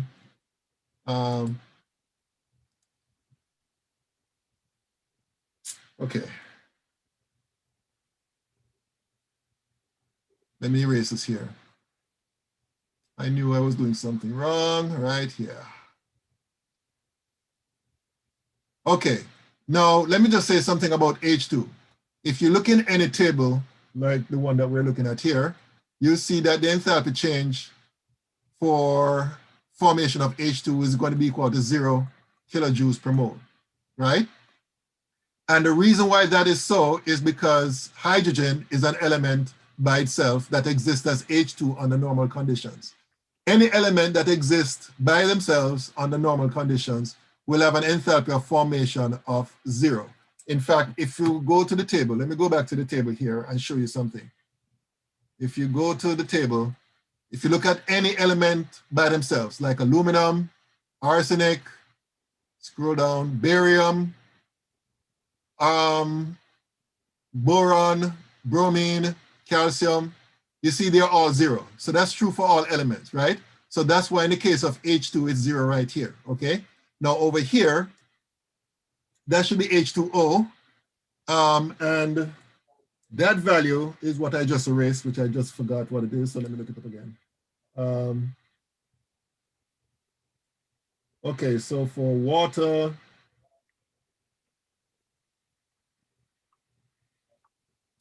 the H2O value is minus 285.83, so 2 times minus 285 0.83 kilojoules. And then I'm going to add to that the enthalpy of formation standard of carbon dioxide, which is minus 393.51. So that would be minus 393.51 kilojoules. Okay, and from here it's all math or arithmetic. So that's 110.53 times 2, times 4. So that gives here 442.12 kilojoules. And then on the right side, you're going to have, let me do this here. You're going to have 74.81 negative times 3 plus 2 times 285.83 negative minus 393.51. Okay, so for this side, I'm going to get minus 189.6 kilojoules, and then I'm going to add these together. So 442.12 minus 118.9.6. And according to my calculations, when rounded off to one decimal place, this will give minus 747.5 kilojoules. And that's basically how that's done, all right? Okay, so basically it's products minus reactants. The sum of the enthalpy standard of formation of the products minus the sum of the standard enthalpy of formation of the reactants. And basically once you establish what those are, it's all a matter of doing the math correctly, all right? Okay, any questions about this? Any questions about this example? Any questions? Okay, so that's pretty much it for this chapter, because there's another example here. I'm going to leave you to do this example. If you have any questions about it, feel free to contact me, preferably by Skype. But basically, it's the same idea as what we did here. The only difference, well, there are two differences actually. One is that whereas you're asked to find delta H for the reaction here they actually gave you the delta H standard for the reaction. And what they're asking for is the enthalpy of formation. Based on that, the enthalpy of formation standard, okay, what is this? They're asking for the enthalpy of formation standard of this right here, the isopropyl alcohol, all right? So basically you set it up the same way, but you're gonna solve for the enthalpy of formation under standard conditions of isopropyl alcohol. Okay, so that's basically it for this chapter. The only thing that's left in this PowerPoint slide is some information concerning the standard enthalpy of formation of ions in solutions and combustion fuels. You can read that up on your own. And foods for the body, how they provide fuels and so on. And that's basically it. All right. So we're going to take another break, and then we're going to resume at 11 o'clock. All right. If I might ask before Yes, you go, how many assignments are we looking at for chapter 6? For chapter 6, let's see here. Something just finished. For chapter 6, let me get out of here. Let me go here. Let me go here. 1, 2, 3, 4, 5 assignments. It's not too bad. But not to disappoint you, but if I remember correctly, this one is pretty long. The others are relatively short, but number 35 is kind of long, if I remember correctly. Okay, I'll be back in 10.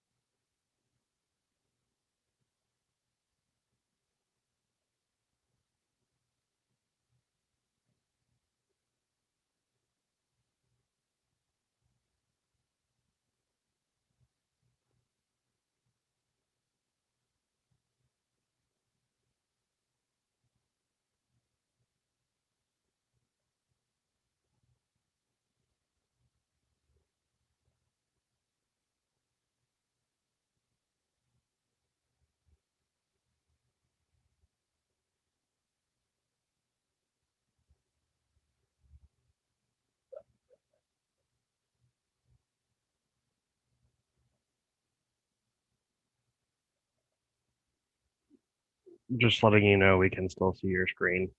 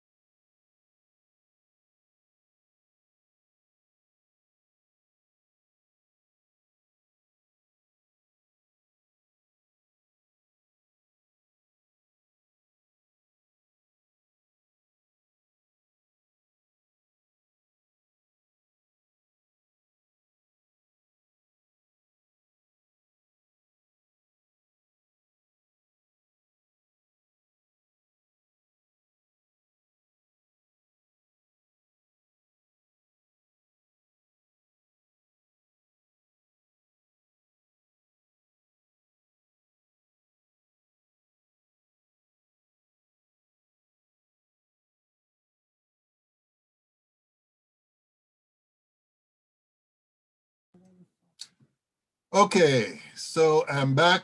So let me move on now to chapter 7. And let me just say that chapter 7 is dealing with the atomic structure. And chapter 7 and chapter 8, the topics here are rather abstract, I will admit. And as a result, it's very difficult to explain and to understand, but I'm going to try my best to make things as clear as possible. And please feel free to stop me if you have any questions you want to ask, all right? So we're going to talk about the atomic structure. And in particular, what we'll be talking about specifically would be electrons, how the electrons are arranged in an atom. Now, the views on the atomic structure has changed over the years, I would say over the centuries. Before, it was thought that electrons behave as, or particles like electrons and protons and so on. It was thought that they behave pretty much the same way as normal sized objects, which means basically it was believed that the electrons and other small particles behave in a way that can be predicted by Newton's laws of motion. Then some experiments were done with light and other form of radiation, and that led to what is known as the quantum theory, which describes the behavior of these small particles. And it shows that the particles, when they're very small, they do not actually behave in the same way as normal sized particles. So that's what I've just said is basically a broad overview of how we come to our current understanding of the nature of electrons and other small particles. So the first thing I want to talk about is the discovery of what are known as cathode rays. And these are carriers of electric current through a vacuum from a cathode to an anode. So the setup for showing these this phenomena is shown right here. You have a tube which is evacuated. So this is connected to a vacuum pump. You have two electrodes connected to an electricity source.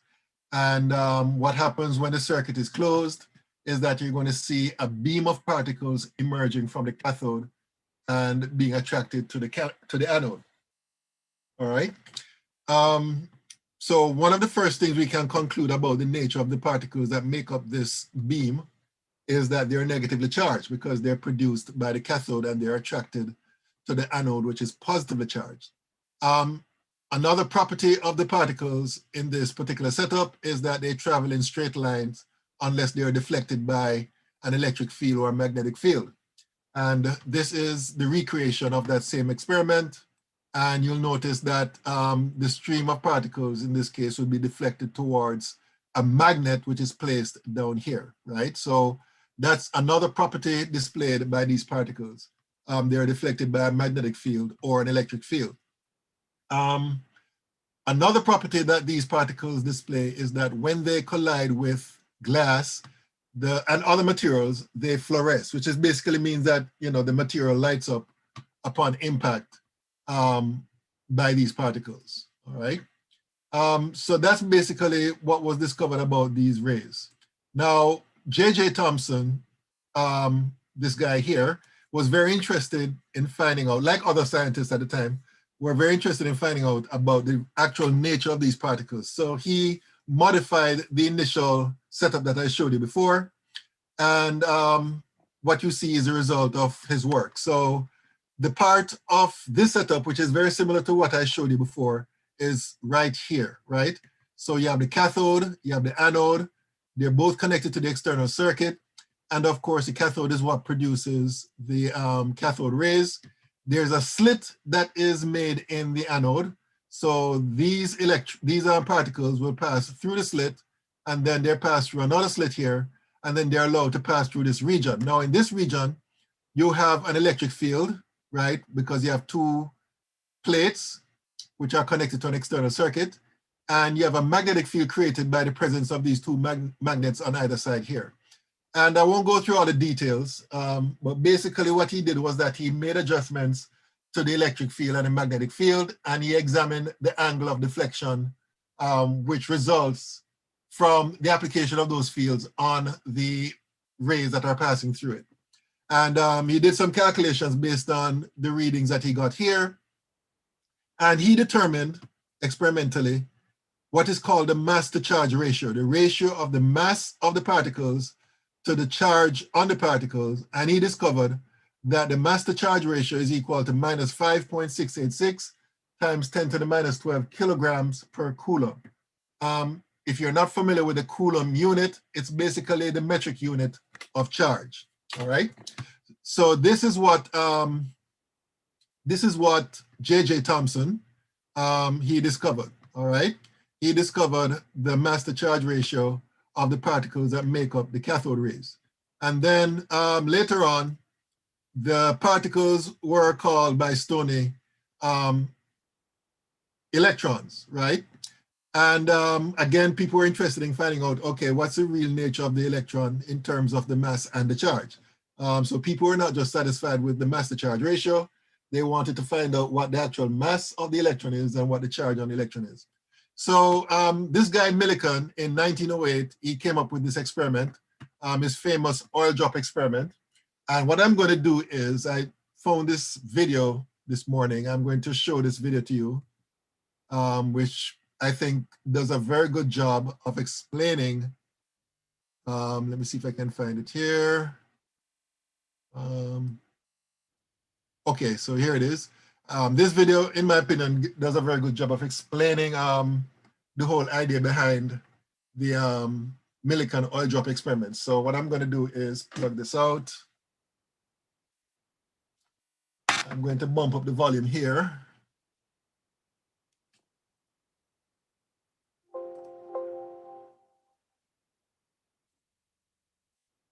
Okay. Before I begin, let me go back to the PowerPoint here and show you something here.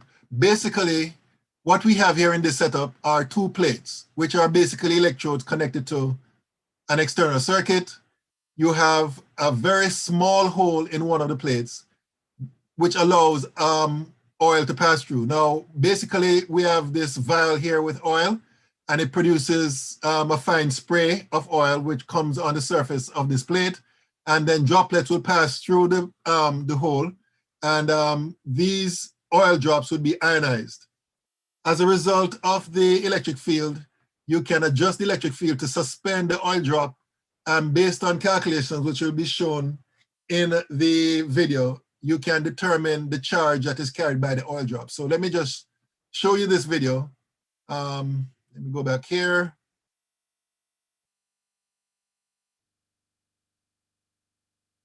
In a series of experiments carried out between 1908. Can you all hear that? Yes. Okay, let me play it. Let me continue to play it. In 1917, R.A. Millikan succeeded in measuring the charge of the electron with great precision. In his experiment, a fine mist of oil was sprayed into the upper chamber with an atomizer. Some of the tiny oil droplets fell through the hole in the upper floor, and Millikan was able to determine the mass of an oil drop from its terminal velocity. Next, Millikan used an X-ray source to ionize gas molecules in the chamber. Electrons from this ionization process adhered to the oil droplets. The oil droplets now carry a negative charge. The negatively charged oil droplets can be halted by adjusting the voltage across the two plates. As the voltage across the plates is increased, the velocity of the oil drops slows. As the voltage is increased further, some drops will begin to move upward toward the positive plate. If the voltage is set just right, an oil drop can be suspended. When an oil drop is suspended, its weight, mass times acceleration due to gravity, is exactly counterbalanced by the electric force applied. The electric force applied equals the applied electric field, E, times the charge on the drop, Q. Since the mass of the oil drop, the acceleration due to gravity, and the applied electric field are known, Millikan could solve for Q, which is the charge on the drop. Millikan found that droplets had different charges, but each was a whole number multiple of a smaller charge, equal to negative 1.60 times 10 to the negative 19th coulombs. Millikan concluded that this was the fundamental unit of charge, the charge of an electron. From the charge of an electron and the charge-to-mass ratio of an electron determined by Thompson using a cathode ray tube, Millikan was able to calculate the mass of an electron. The mass of an electron, 9.10 times 10 to the negative 28th grams, is an exceedingly small mass.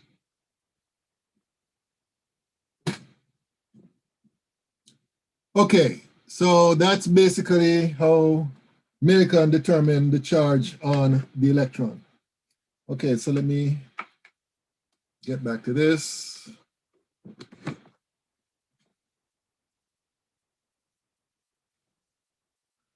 Okay,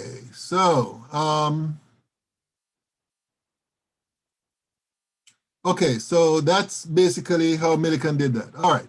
So as we said before, as was said in the video, the charge determined was minus 1.6 times 10 to the minus 19 coulombs. That's the charge that he determined from his oil drop experiment. And therefore, based on the mass to charge ratio and the charge that we just determined here, when we multiply the mass to charge ratio by that charge, we end up with the mass of the electron, which is equal to 9.1 times 10 to the minus 31 kilograms. All right. Okay, so this begs the question now. So how are the electrons arranged in the atom? And J.J. Thompson, another scientist at the time, he came up with what is oftentimes referred to as the plum pudding model. Basically, his model that he proposed is that you have an atom with a large positive nucleus, and equally spaced inside the nucleus are the electrons, all right? So for example, in the case of a hydrogen atom, you're going to have one electron, which is at the center of the sphere, the nucleus. And then in the case of a helium atom, according to J.J. Thompson, you're going to have two electrons that will be evenly spread out inside the nucleus of the helium atom, all right? So this is the model that was proposed by J.J. Thompson for the helium atom. You have the two electrons embedded inside the nucleus, and they're equally spaced from each other. And if you were to remove one of these electrons, then the remaining electron will just go right to the center of the atom, of the nucleus of the atom.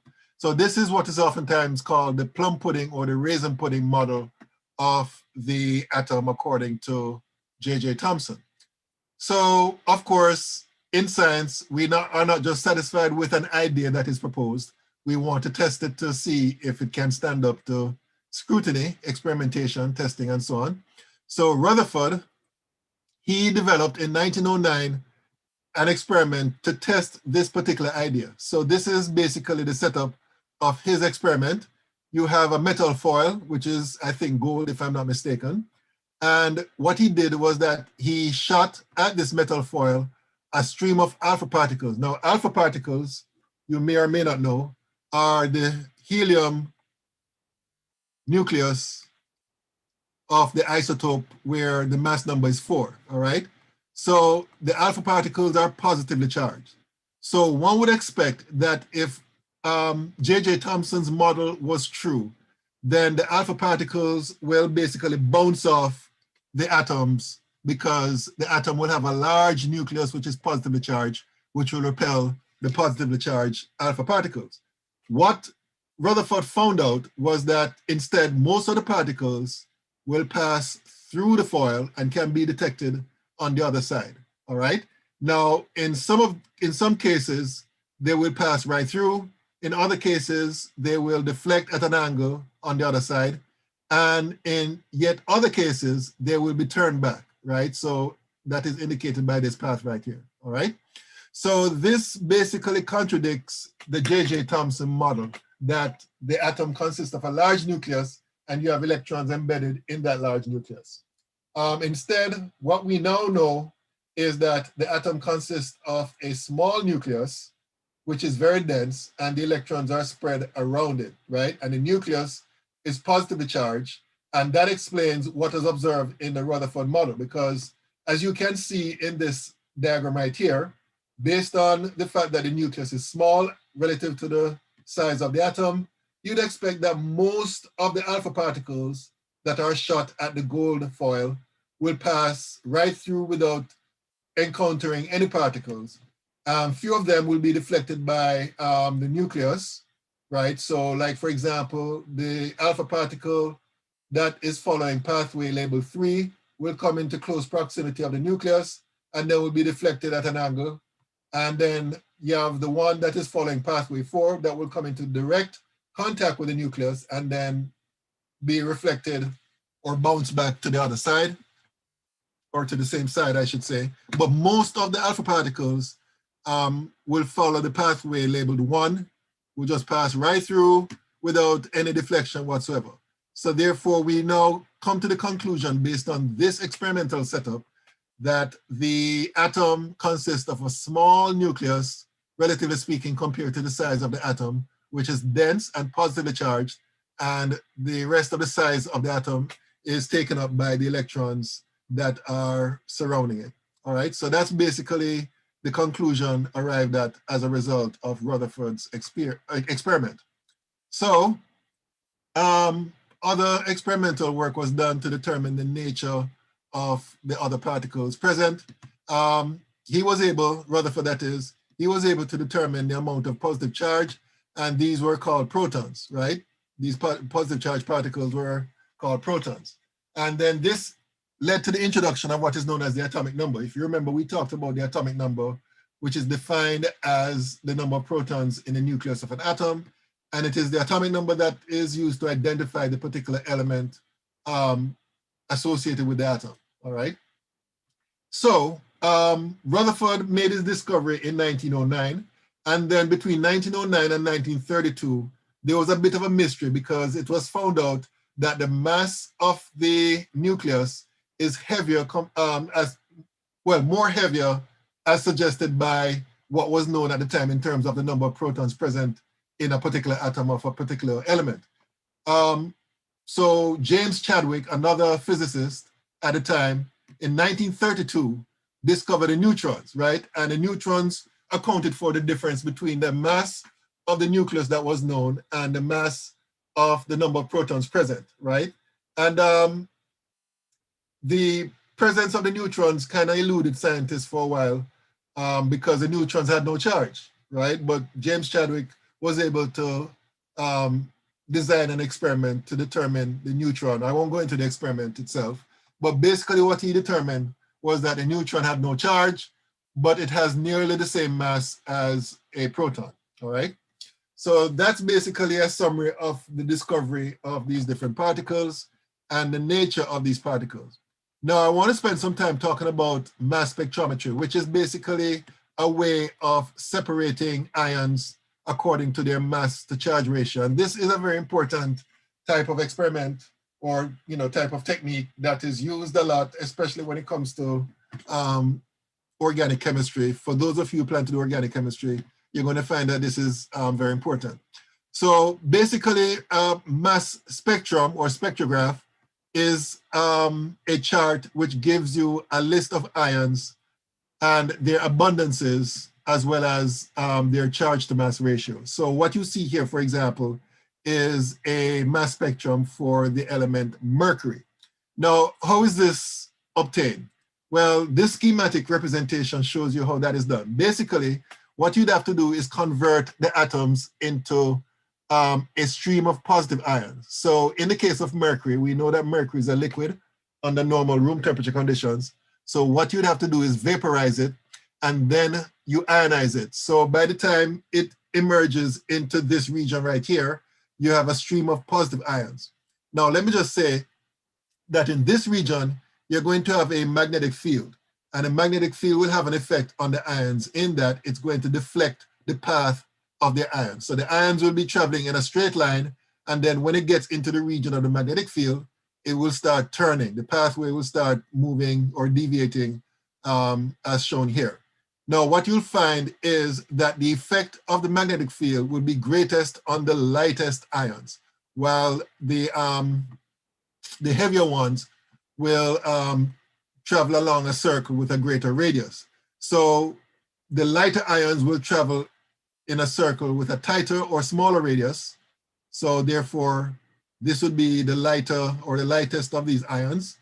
And then you have this pathway followed by the heavier ions. And you see that the radius of the pathway increases as the size or the mass of the ions increases. So this is a very effective way of separating the ions according to their masses. And then they're allowed to collide with a photographic plates, and the intensity of the lines that are produced on the plate represents the relative amounts of ions that are responsible for that line. So as you can see here, The darkest line is the one that has a mass to charge ratio of 202. So basically, that would be the most abundant ion that was started off as a stream of ions. And that reflects the fact that this isotope, mercury 202, would be the most abundant isotope of all the mercury isotopes that exist. All right, so that's basically how this works. Now, we're going to get into something that might seem a bit off topic, but it's actually related to the structure of the atom. And that has to do with wave motion. Now, I'm quite sure we are familiar with how waves are formed. So I'm quite sure as a child, you probably did this, where you have something like a rope, and one end of the rope is attached to a wall, and you hold the other end and you swing it up and down, and a wave is generated along the rope, right? So basically the energy is transmitted along the rope in the form of a wave. But of course, you know that the particle movements of the wave or of the rope is basically up and down as shown by the arrows here. So at this point, this point of the rope is moving up, and then it's moving down, down, and then it's moving up and then down, and it just continues, right? While the wave moves from left to right.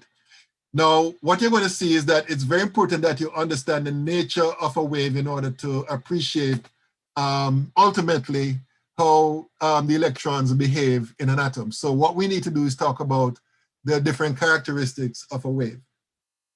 And as stated here, a waveform can be characterized by the height of a crest or the depth of a trough, right? So the height of the crest, which is the maximum point, right? We call that the amplitude, and that can be used to let me see here, to say something about the waveform. Now, it turns out that radiation of different forms, including light, which our eyes are sensitive to, can be represented by a waveform, right? So what you see here is what is used to represent the waveform associated with electromagnetic radiation, right? In fact, it turns out that this type of radiation, electromagnetic, as the name suggests, has two components. You have the electric field component and the magnetic field component, right? So the red line here, or the red waveform here, represents the electric field component, and the other waveform, which is perpendicular to it, which is represented by the black and blue waveform here, would be the magnetic field component, right? And what you'll find is that when it comes to any waveform, in addition to the amplitude of the wave, which is the maximum displacement of the wave from the rest point or the rest position, there's also another characteristic of a waveform, which is known as the wavelength. Okay, why is this thing not budging? Okay, sorry about that. Okay, so the wavelength is, by definition, the distance between two identical points in consecutive cycles, all right? Now, one can, for example, define the wavelength or identify the wavelength as a distance between two successive crests, as you can see here.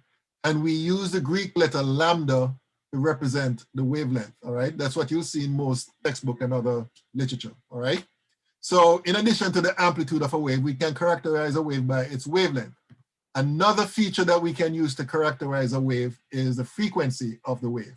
And the frequency of the wave is the number of cycles of that wave that passes a point or passes through a point in a unit of time. And the unit of time is almost always seconds, right? So basically, the frequency unit, write it here, unit of frequency is seconds to the -1. And there's another name given to this unit, it's called a Hertz unit. So whenever you see Hertz, it's the same thing as seconds to the -1, all right? So we talked about the wavelength, we talked about the frequency, and we already talked about the amplitude. As we said before, the amplitude of the wave is its height. It is a distance from a line of no disturbance through the center of the wave peak, all right? So if you have a waveform like this, the amplitude of the waveform is given by that distance right there, all right? So those are basically the features that characterizes a wave. Okay, so as far as the different types of radiation is concerned, what you see here is those types of radiation arranged in order of decreasing frequency from left to right. So we call this the electromagnetic spectrum, all right?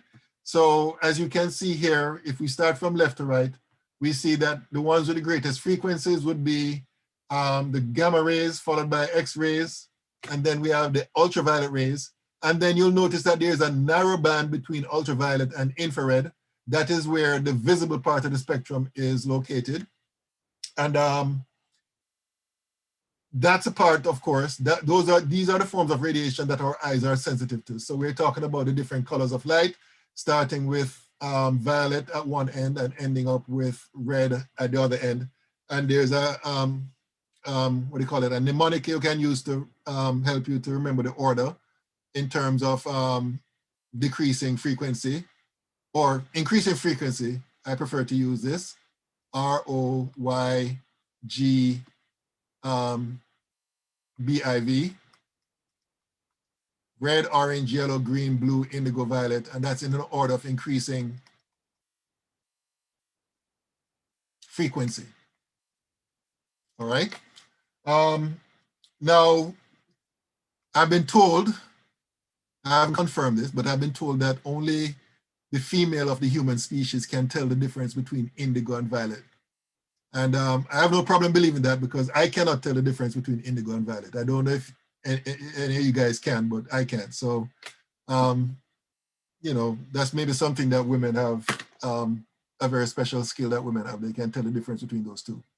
Okay, one thing I should mention here, before I go on to that. So on the other side of the visible spectrum, you have infrared, then you have the radio wave, including FM, TV frequencies, and then you have what is known as the extra low frequencies, all right? So that's basically the entire electromagnetic spectrum, all right? Now, let me just say this. Let me talk about the relationship between frequency and wavelength. So let me get out of this here, and let me open up my writing tablet here again. Okay, so there's a relationship between the speed of a wave and the frequency and the wavelength, and that is that the speed is equal to the wavelength times the frequency, right? Now, in fact, let me do this. Speed is equal to wavelength times the frequency, all right? Now, the symbol that is used for wavelength, as we said before, is lambda, and the symbol that is used for frequency, there are two symbols. You can use either F or the Greek letter nu. I prefer to use nu for some reason. And the speed is represented by V, all right?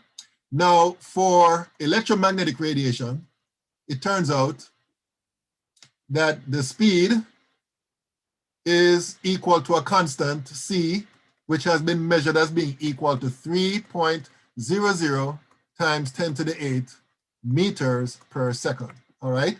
So for EM radiation, C is equal to lambda times nu, where C is constant, all right? So what that means is that there's an inverse relationship between, the wavelength of a radiation and the frequency of the radiation, right? In other words, as the wavelength increases, the frequency decreases and vice versa, all right? And that is seen in the chart that I just showed you. Going back to this chart here, if you look at this chart here, you'll see that as the frequency decreases for the various forms of radiation, the wavelength increases, right? This scale here gives you the wavelength, while the top scale gives you the frequencies, right? So as the frequency decreases, as you go from left to right in the way that the spectrum is arranged here, then the wavelength increases going from left to right. So that's basically the relationship between frequency and the wavelength of any form of radiation. And as stated down here, the vast majority of the electromagnetic spectrum is invisible to the human eye. We can only see this narrow region here in terms of the different colors in that region, all right? Okay, so that's as far as the electromagnetic spectrum is concerned. So let's say something more about the spectrum. There's some radiation that we can sense, for example, you know, in terms of what we see or even what we feel through our skins, right? So even though we may not be able to see infrared radiation, we can actually detect it on our skin if we're exposed to it. The temperature, or it might feel warm. Sunburned skin is a sign of too much ultraviolet radiation, and different materials vary in their ability to absorb or transmit different wavelengths. So our bodies will absorb visible light, but will transmit most X-rays. And that's the idea behind X-ray technology when it comes to, not exposing, but identifying parts of our body or allowing doctors to be able to see inside because the X-rays will pass through most of the body, but of course, certain tissues and, well, bones and so on will absorb radiation, and therefore we can produce an image that shows what's going on inside the body. Window glass will transmit visible light, but absorbs ultraviolet radiation. So this is just a summary of the different types of radiation and what they can do in terms of being absorbed by some materials and transmitted by other materials. Okay, so the visible part of the spectrum can be recreated by the setup that you see here, all right? So let me just explain what's happening in this case. We have a light source which produces white light, which is passed through a slit, and then that beam of light that emerges from the slit will be allowed to pass through a prism. Now, this prism can be made of glass or can be made of plastic. And what you'll notice is that the white light will be separated into different colors, right? By a process known as refraction, right? Refraction basically is referring to the effect that the prism will have in terms of bending the pathway of the light that is passing through. And as you can see, the different colors of light that makes up white light will be refracted to different extents, all right? So that's the basis for the separation. And the separation occurs further when the light passes through the slit and emerges from the other end here. And then it is projected onto a screen. And what you see on the screen would be the visible part of the electromagnetic spectrum, all right?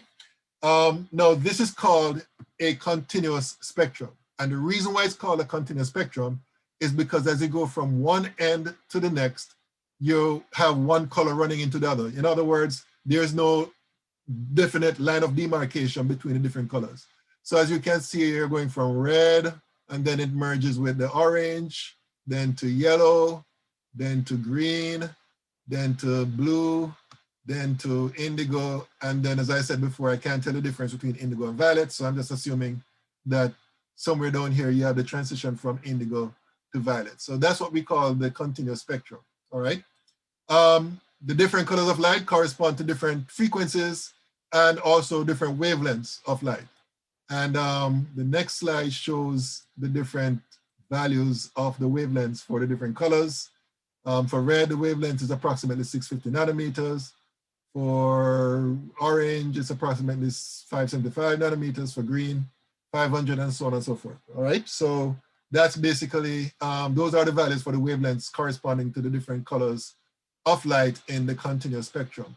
Now, if you take a lamp, which is made up of hydrogen gas in a vacuum, and you have two electrodes, of course, cathode and anode, at either end of the lamp, and you flip the switch, you're going to have light being produced. Now, this light is different from the white light that we saw before in that it's colored. And if you basically do the same thing as we did to white light, pass it through the slit and then allow it to pass through the prism, you're going to end up with a different type of spectrum known as a line spectrum. A line spectrum basically has well-defined lines of different colors. It's not continuous. As you can see, there are dark regions between the different colors, all right? The different lines of different colors, all right? Now, you might be wondering why we're dealing with this. It turns out that the line spectra corresponds to certain arrangements of the electrons in the atom of the element that is contained in the lamp, all right? And we're going to see the relation between the line spectra and the atomic structure or the electronic arrangement of the atom of the particular element, all right? So in this particular case, we have I think we have two purple lines here, and maybe this is blue, I think, and this looks like it's orange or red or pink. All right, so those are just the different lines and they're different wavelengths. There's a scale here. It's too small for you to see, but there's a scale here which actually gives you the wavelengths of the different lines, the different colors given by the different lines, all right? So we call this a line spectrum. In some textbooks, they call it a discontinuous spectrum. Same thing, all right? Okay, so what you'll find is that different elements, when subjected to the same sort of experimental arrangement, as I just showed you, will give lines of different color and different arrangements, different patterns. And in fact, you can use these patterns to identify these elements. So what you see here on the screen are different line spectra for different elements. This is the one for mercury, that's the one for lithium, and so on. And in fact, it is the fact that these elements have their unique line spectra. We can tell, for example, what elements are present in the sun. Astronomers have, specialized equipment that they can use to basically identify the line spectra of different elements, and they can tell that certain elements exist up there in the sun. For example, I know that iron exists as a gas up there, and that's because they identify the line spectrum of iron emanating from the sun, all right? So the line spectra can be used to very accurately identify the element associated with the line spectrum. Another term that is used, we call this the atomic emission spectrum. Okay, so let's talk about black body radiation. A German scientist by the name of Planck, he proposed, what time is it, by the way? Okay, so Planck proposed that vibrating atoms in a heated solid can absorb or emit electromagnetic energy only in discrete amounts. So what Planck is suggesting, and I think he based this proposal of experimental results. He's suggesting that when you have atoms vibrating and they lose or absorb energy, they lose or absorb energy in small discrete amounts. And it turns out that the smallest amount of energy that it will lose or gain is given by, it's called a quantum firstly, and it's given by this equation.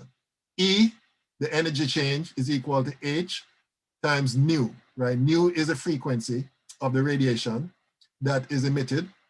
And H is a special constant known as Planck's constant.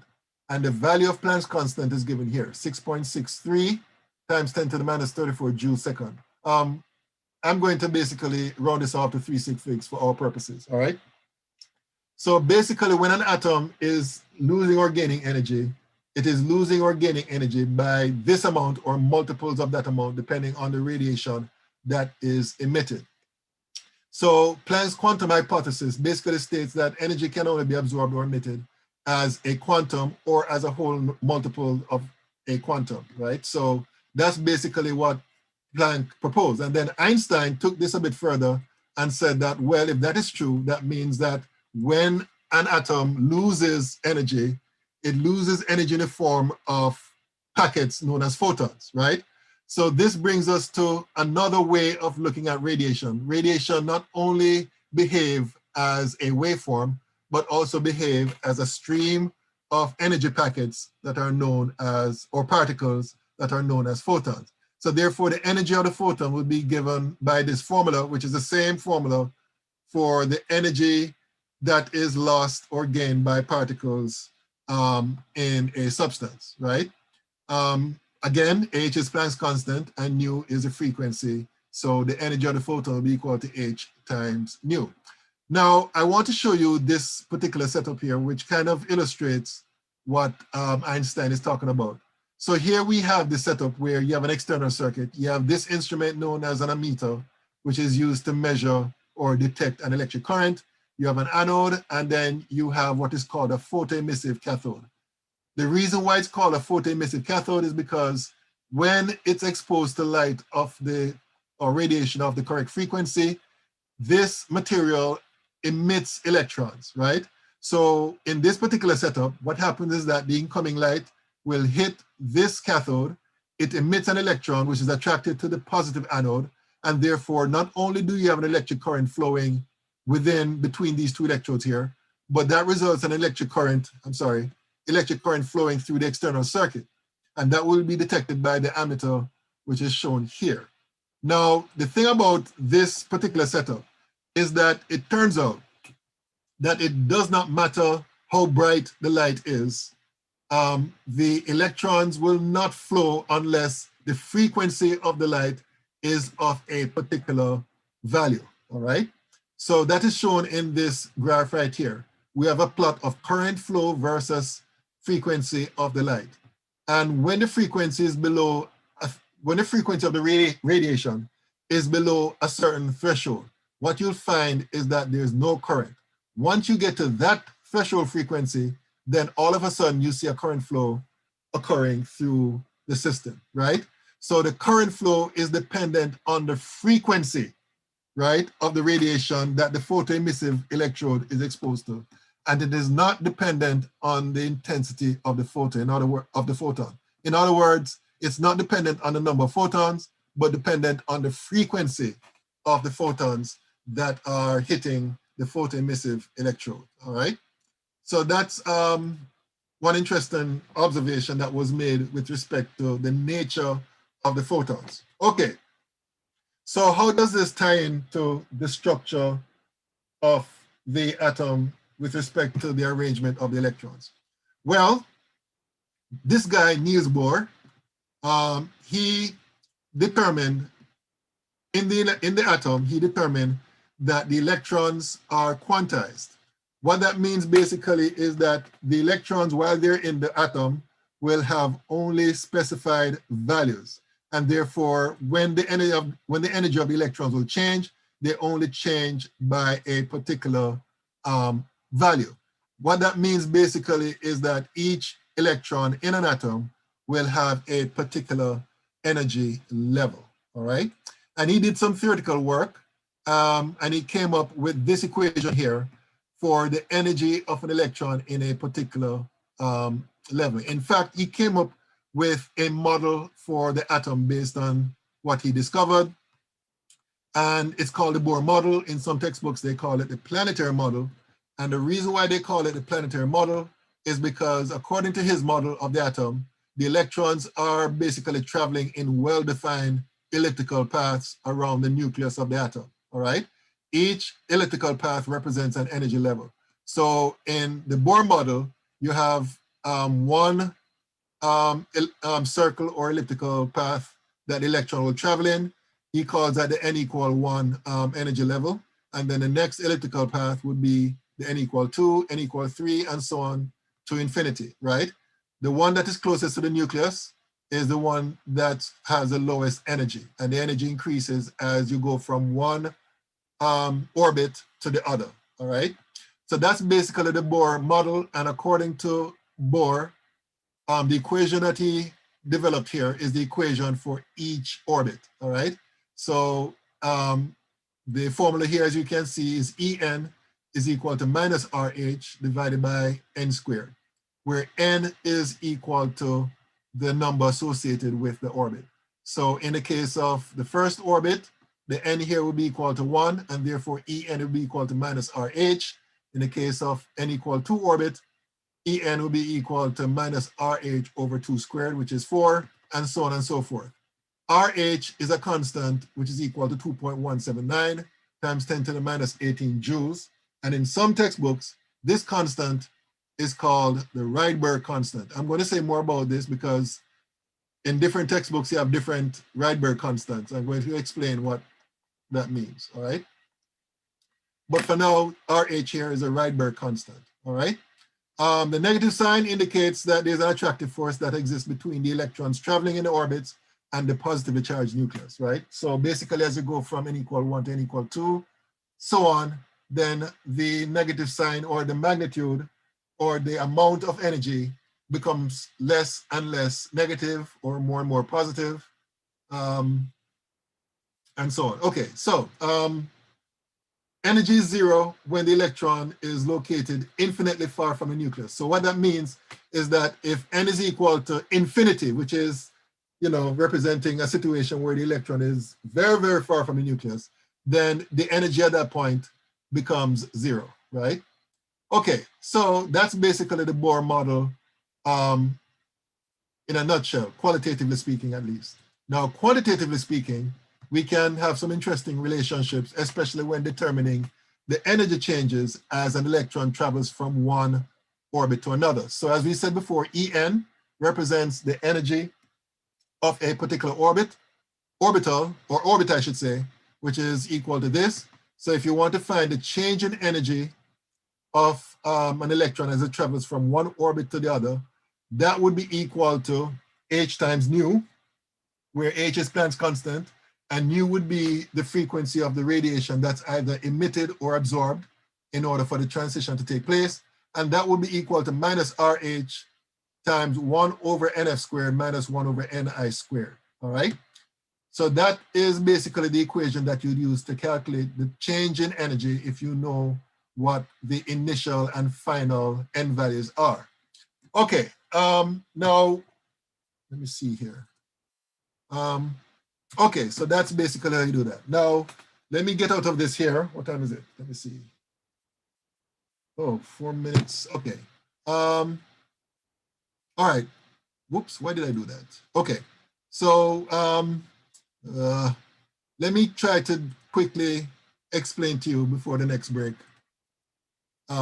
why there are two values of the Rydberg constant that you see in different textbooks. Okay, so as I said before, delta E is equal to minus RH times 1 over n squared final minus 1 over n squared initial, all right? So that is delta E, and that would be equal to h nu, which in turn would be equal to h times, I'm sorry, this is h nu, my bad, h nu, which would be equal to h times c over lambda, right? Because remember, c is equal to lambda times nu, so therefore nu is equal to c over lambda, right? So that's what I was doing here. Now, basically h is a constant and c is a constant, right? Lambda is a variable because it depends on the radiation. So what I'm going to do is rearrange this to get 1 over lambda is equal to minus RH over HC 1 over n squared F minus 1 over n squared I, all right? So what we have here is an expression of 1 over lambda is equal to all of this. And the one key thing I want to point out here is that right here we have a collection of constants arranged in that way. So minus RH is equal to 2.18 times 10 to the minus 18 joules. H is 6.63 times 10 to the minus 34 joules second. And C is 3.00 times 10 to the 8 meters per second, all multiplied by 1 over n squared F minus 1 over n squared I, all right? And all we have to do is work out what the collection of constants will give us. So that's a decimal point here. Okay, so let me do this. So 2.18 times 10 to the minus 18 divided by 6.63 times 10 to the minus 34 divided by 3 times 10 to the 8. And when I round this off to 3 sig figs, the answer I got is, for this part of it, minus 1.10 times 10 to the 7. And in terms of the units, the seconds will cancel out here and here. The joules will cancel out here and here. And this would be meters to the minus 1 times 1 over n squared F minus 1 over n squared I, all right? Okay, so this is another expression that you can use for future problem solving, all right? So here's the reason why I went through all of this. The reason why I went through all of this is because in some textbooks, they have the Rydberg constant here as being 2.18 times 10 to the minus 18 joules, right? In other textbooks, they express this as Rydberg constant, right? And I've checked other sources as well, and I see the same thing, right? So the point I'm getting at is this. Both equations are saying the same thing. The only difference is that this equation gives you directly the energy of the transition, the energy of the radiation that is produced by the transition, while this equation here gives you the wavelength, all right? And so you use this if you want to find the energy, you use this if you want to find the wavelength, right? And that's basically the result of going from here to here, all right? So, you know, please do not be confused. Basically, these two are regarded as the Rydberg constant in different textbooks. So you'd use this one if you want to find the wavelength, and you use this one if you want to find the radiation. If you want to find the frequency, then you can use one or the other, but you have to do some calculation. If you want to find the frequency using this, then you have to remember that delta E is equal to h nu. So if you want to find the frequency, you have to divide delta E by h. If you want to find the frequency using the wavelength, then you know that this is what you'd use. You divide the wavelength, or I should say you divide the speed of radiation by the wavelength, and that would give you the frequency. So it all depends on what question you're being asked, all right? Okay, I'm going to take a break here, and then I'm going to get back at 12 o'clock to finish up, all right?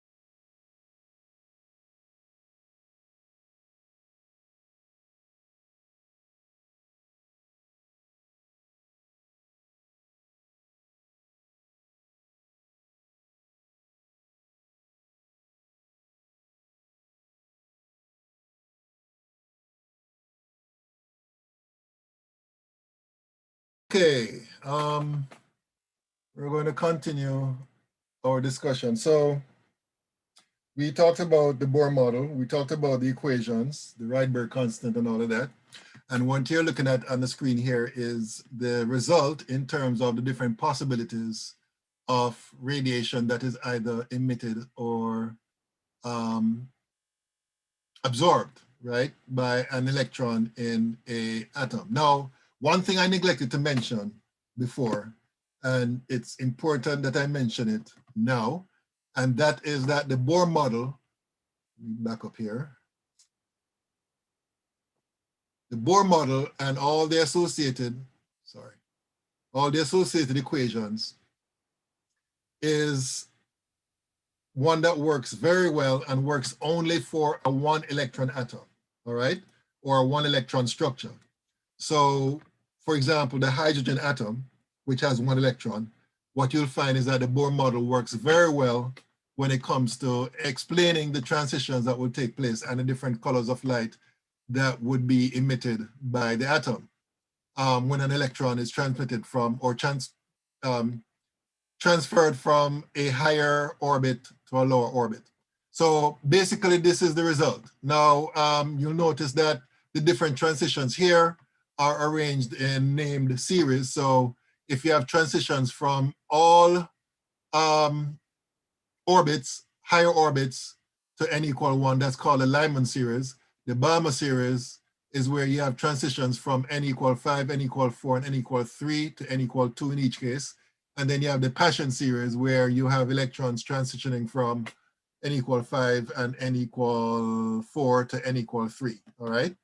And this part here explains the different colors of light that is produced by the hydrogen atom. When an electron falls from, let's say, n equal 3 to n equal 2, that corresponds to radiation, which is basically the red color line. In the case of the transition from n equal 4 to n equal 2, the blue line is the result of that. And in the case of the transition from n equal 5 to n equal 2, the purple line or indigo line, whichever it is, will be produced as a result, all right? So that's basically what we will observe in the case of the spectrum of hydrogen. Okay, so some definitions here that you need to be aware of. Electrons that are in their lowest possible energy levels are said to be in the ground state, and therefore any other electrons in any other energy level are said to be in the excited state. And how do we get the electrons promoted from the ground state to the excited state? Well, there are a couple of ways. Electric discharge, as you saw in the case of the hydrogen lamp, heat, and lasers as well can be used. Give me 1 minute here. Hello, I'm in the middle of class. What's up?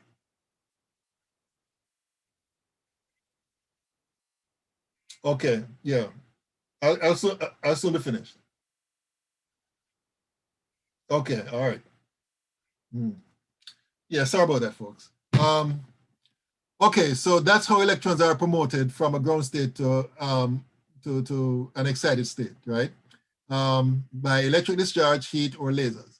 And then what happens is that what you'll find is that the excited state is very unstable, and therefore what will happen is that the electrons will fall back to the ground state, and we call that process relaxation.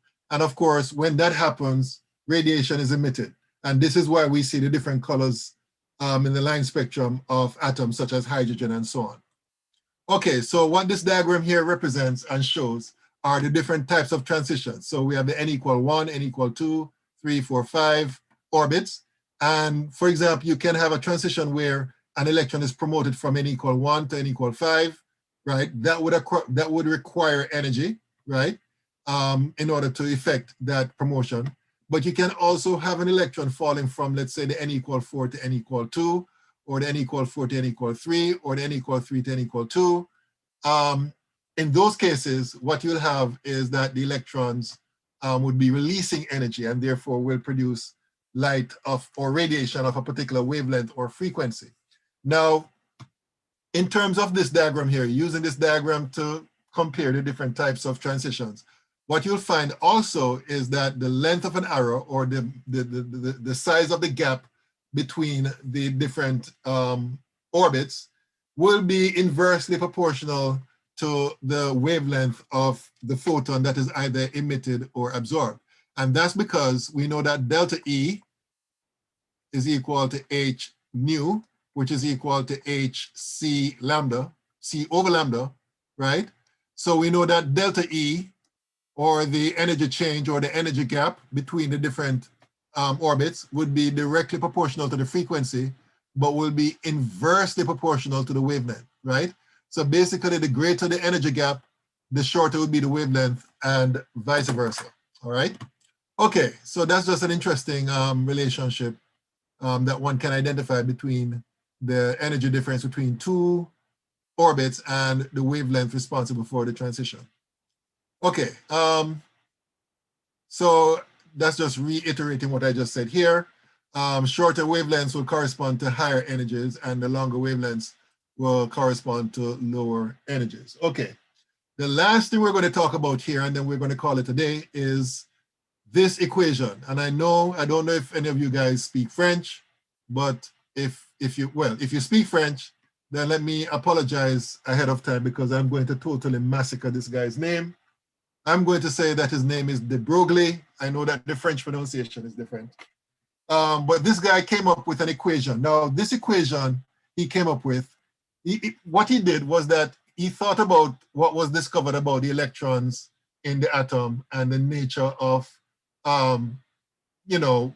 actually, he came up with this equation based on what was known about radiation.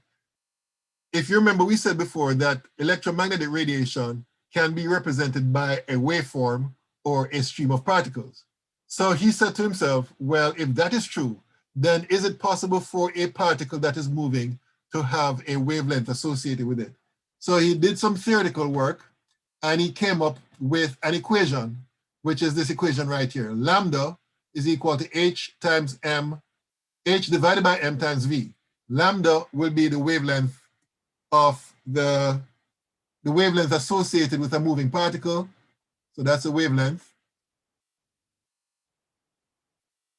H, of course, is Planck's constant.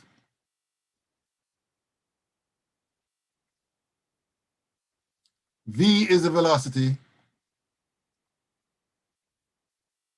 And m is the mass, which must be expressed in kilograms. V is the velocity, which must be expressed in meters per second. And the Planck's constant will be joules second. And the wavelength will be expressed in meters, all right? So basically what Planck was saying was that if you have a particle or an object that is moving, there's a wavelength that is associated with it, which would be given by this equation. And this is one of those examples when somebody comes up with a theoretical result, or a result based on some theoretical work, and somebody takes that and create new technology from it. Because in this case, based on de Broglie's work, this led to the development of the most powerful microscope that there is, and that is the electron. Oh shoot, who is this? I'm sorry about that, folks. So this is, what was I saying? Oh, right. So based on de Broglie's work, he came up, somebody else came up, I'm not sure who, but basically they came up with the electron microscope, which is the most powerful microscope that there is. So again, this is an example of a scientist doing something purely theoretical, and it leads to new technology that can be useful for us, all right? Okay, I'm going to stop here for today. The next thing we're going to talk about on Wednesday is the whole concept of wave functions, and this will lead us to an understanding of how the electrons are arranged in the atom, all right? Okay, so if there are no questions, or are there any questions? Let me ask that firstly. Are there any questions? Any questions? Okay, so if there are no questions, then that's basically it for today. So all I have to say is enjoy the rest of your day, and I'll see at least 2 of you in lab later on today. So That's it. Take care and have a good day. Oh, you had a question? Yeah, I just wanted to remind you about the last lecture and this one, getting that in Oh, okay. modules. Yeah, all right. Thank you. Thank you. I'll do that right now. And All right, oh, sorry. is it safe to say that since we finished with chapter 6, we'll be getting those assigned here shortly? Yes, definitely. Definitely. Right. All right. And I know I'm asking a lot of questions. Is there an estimated due date for that? I can't say right now. I'd have to, normally I assign a due date when I set up everything in Canvas.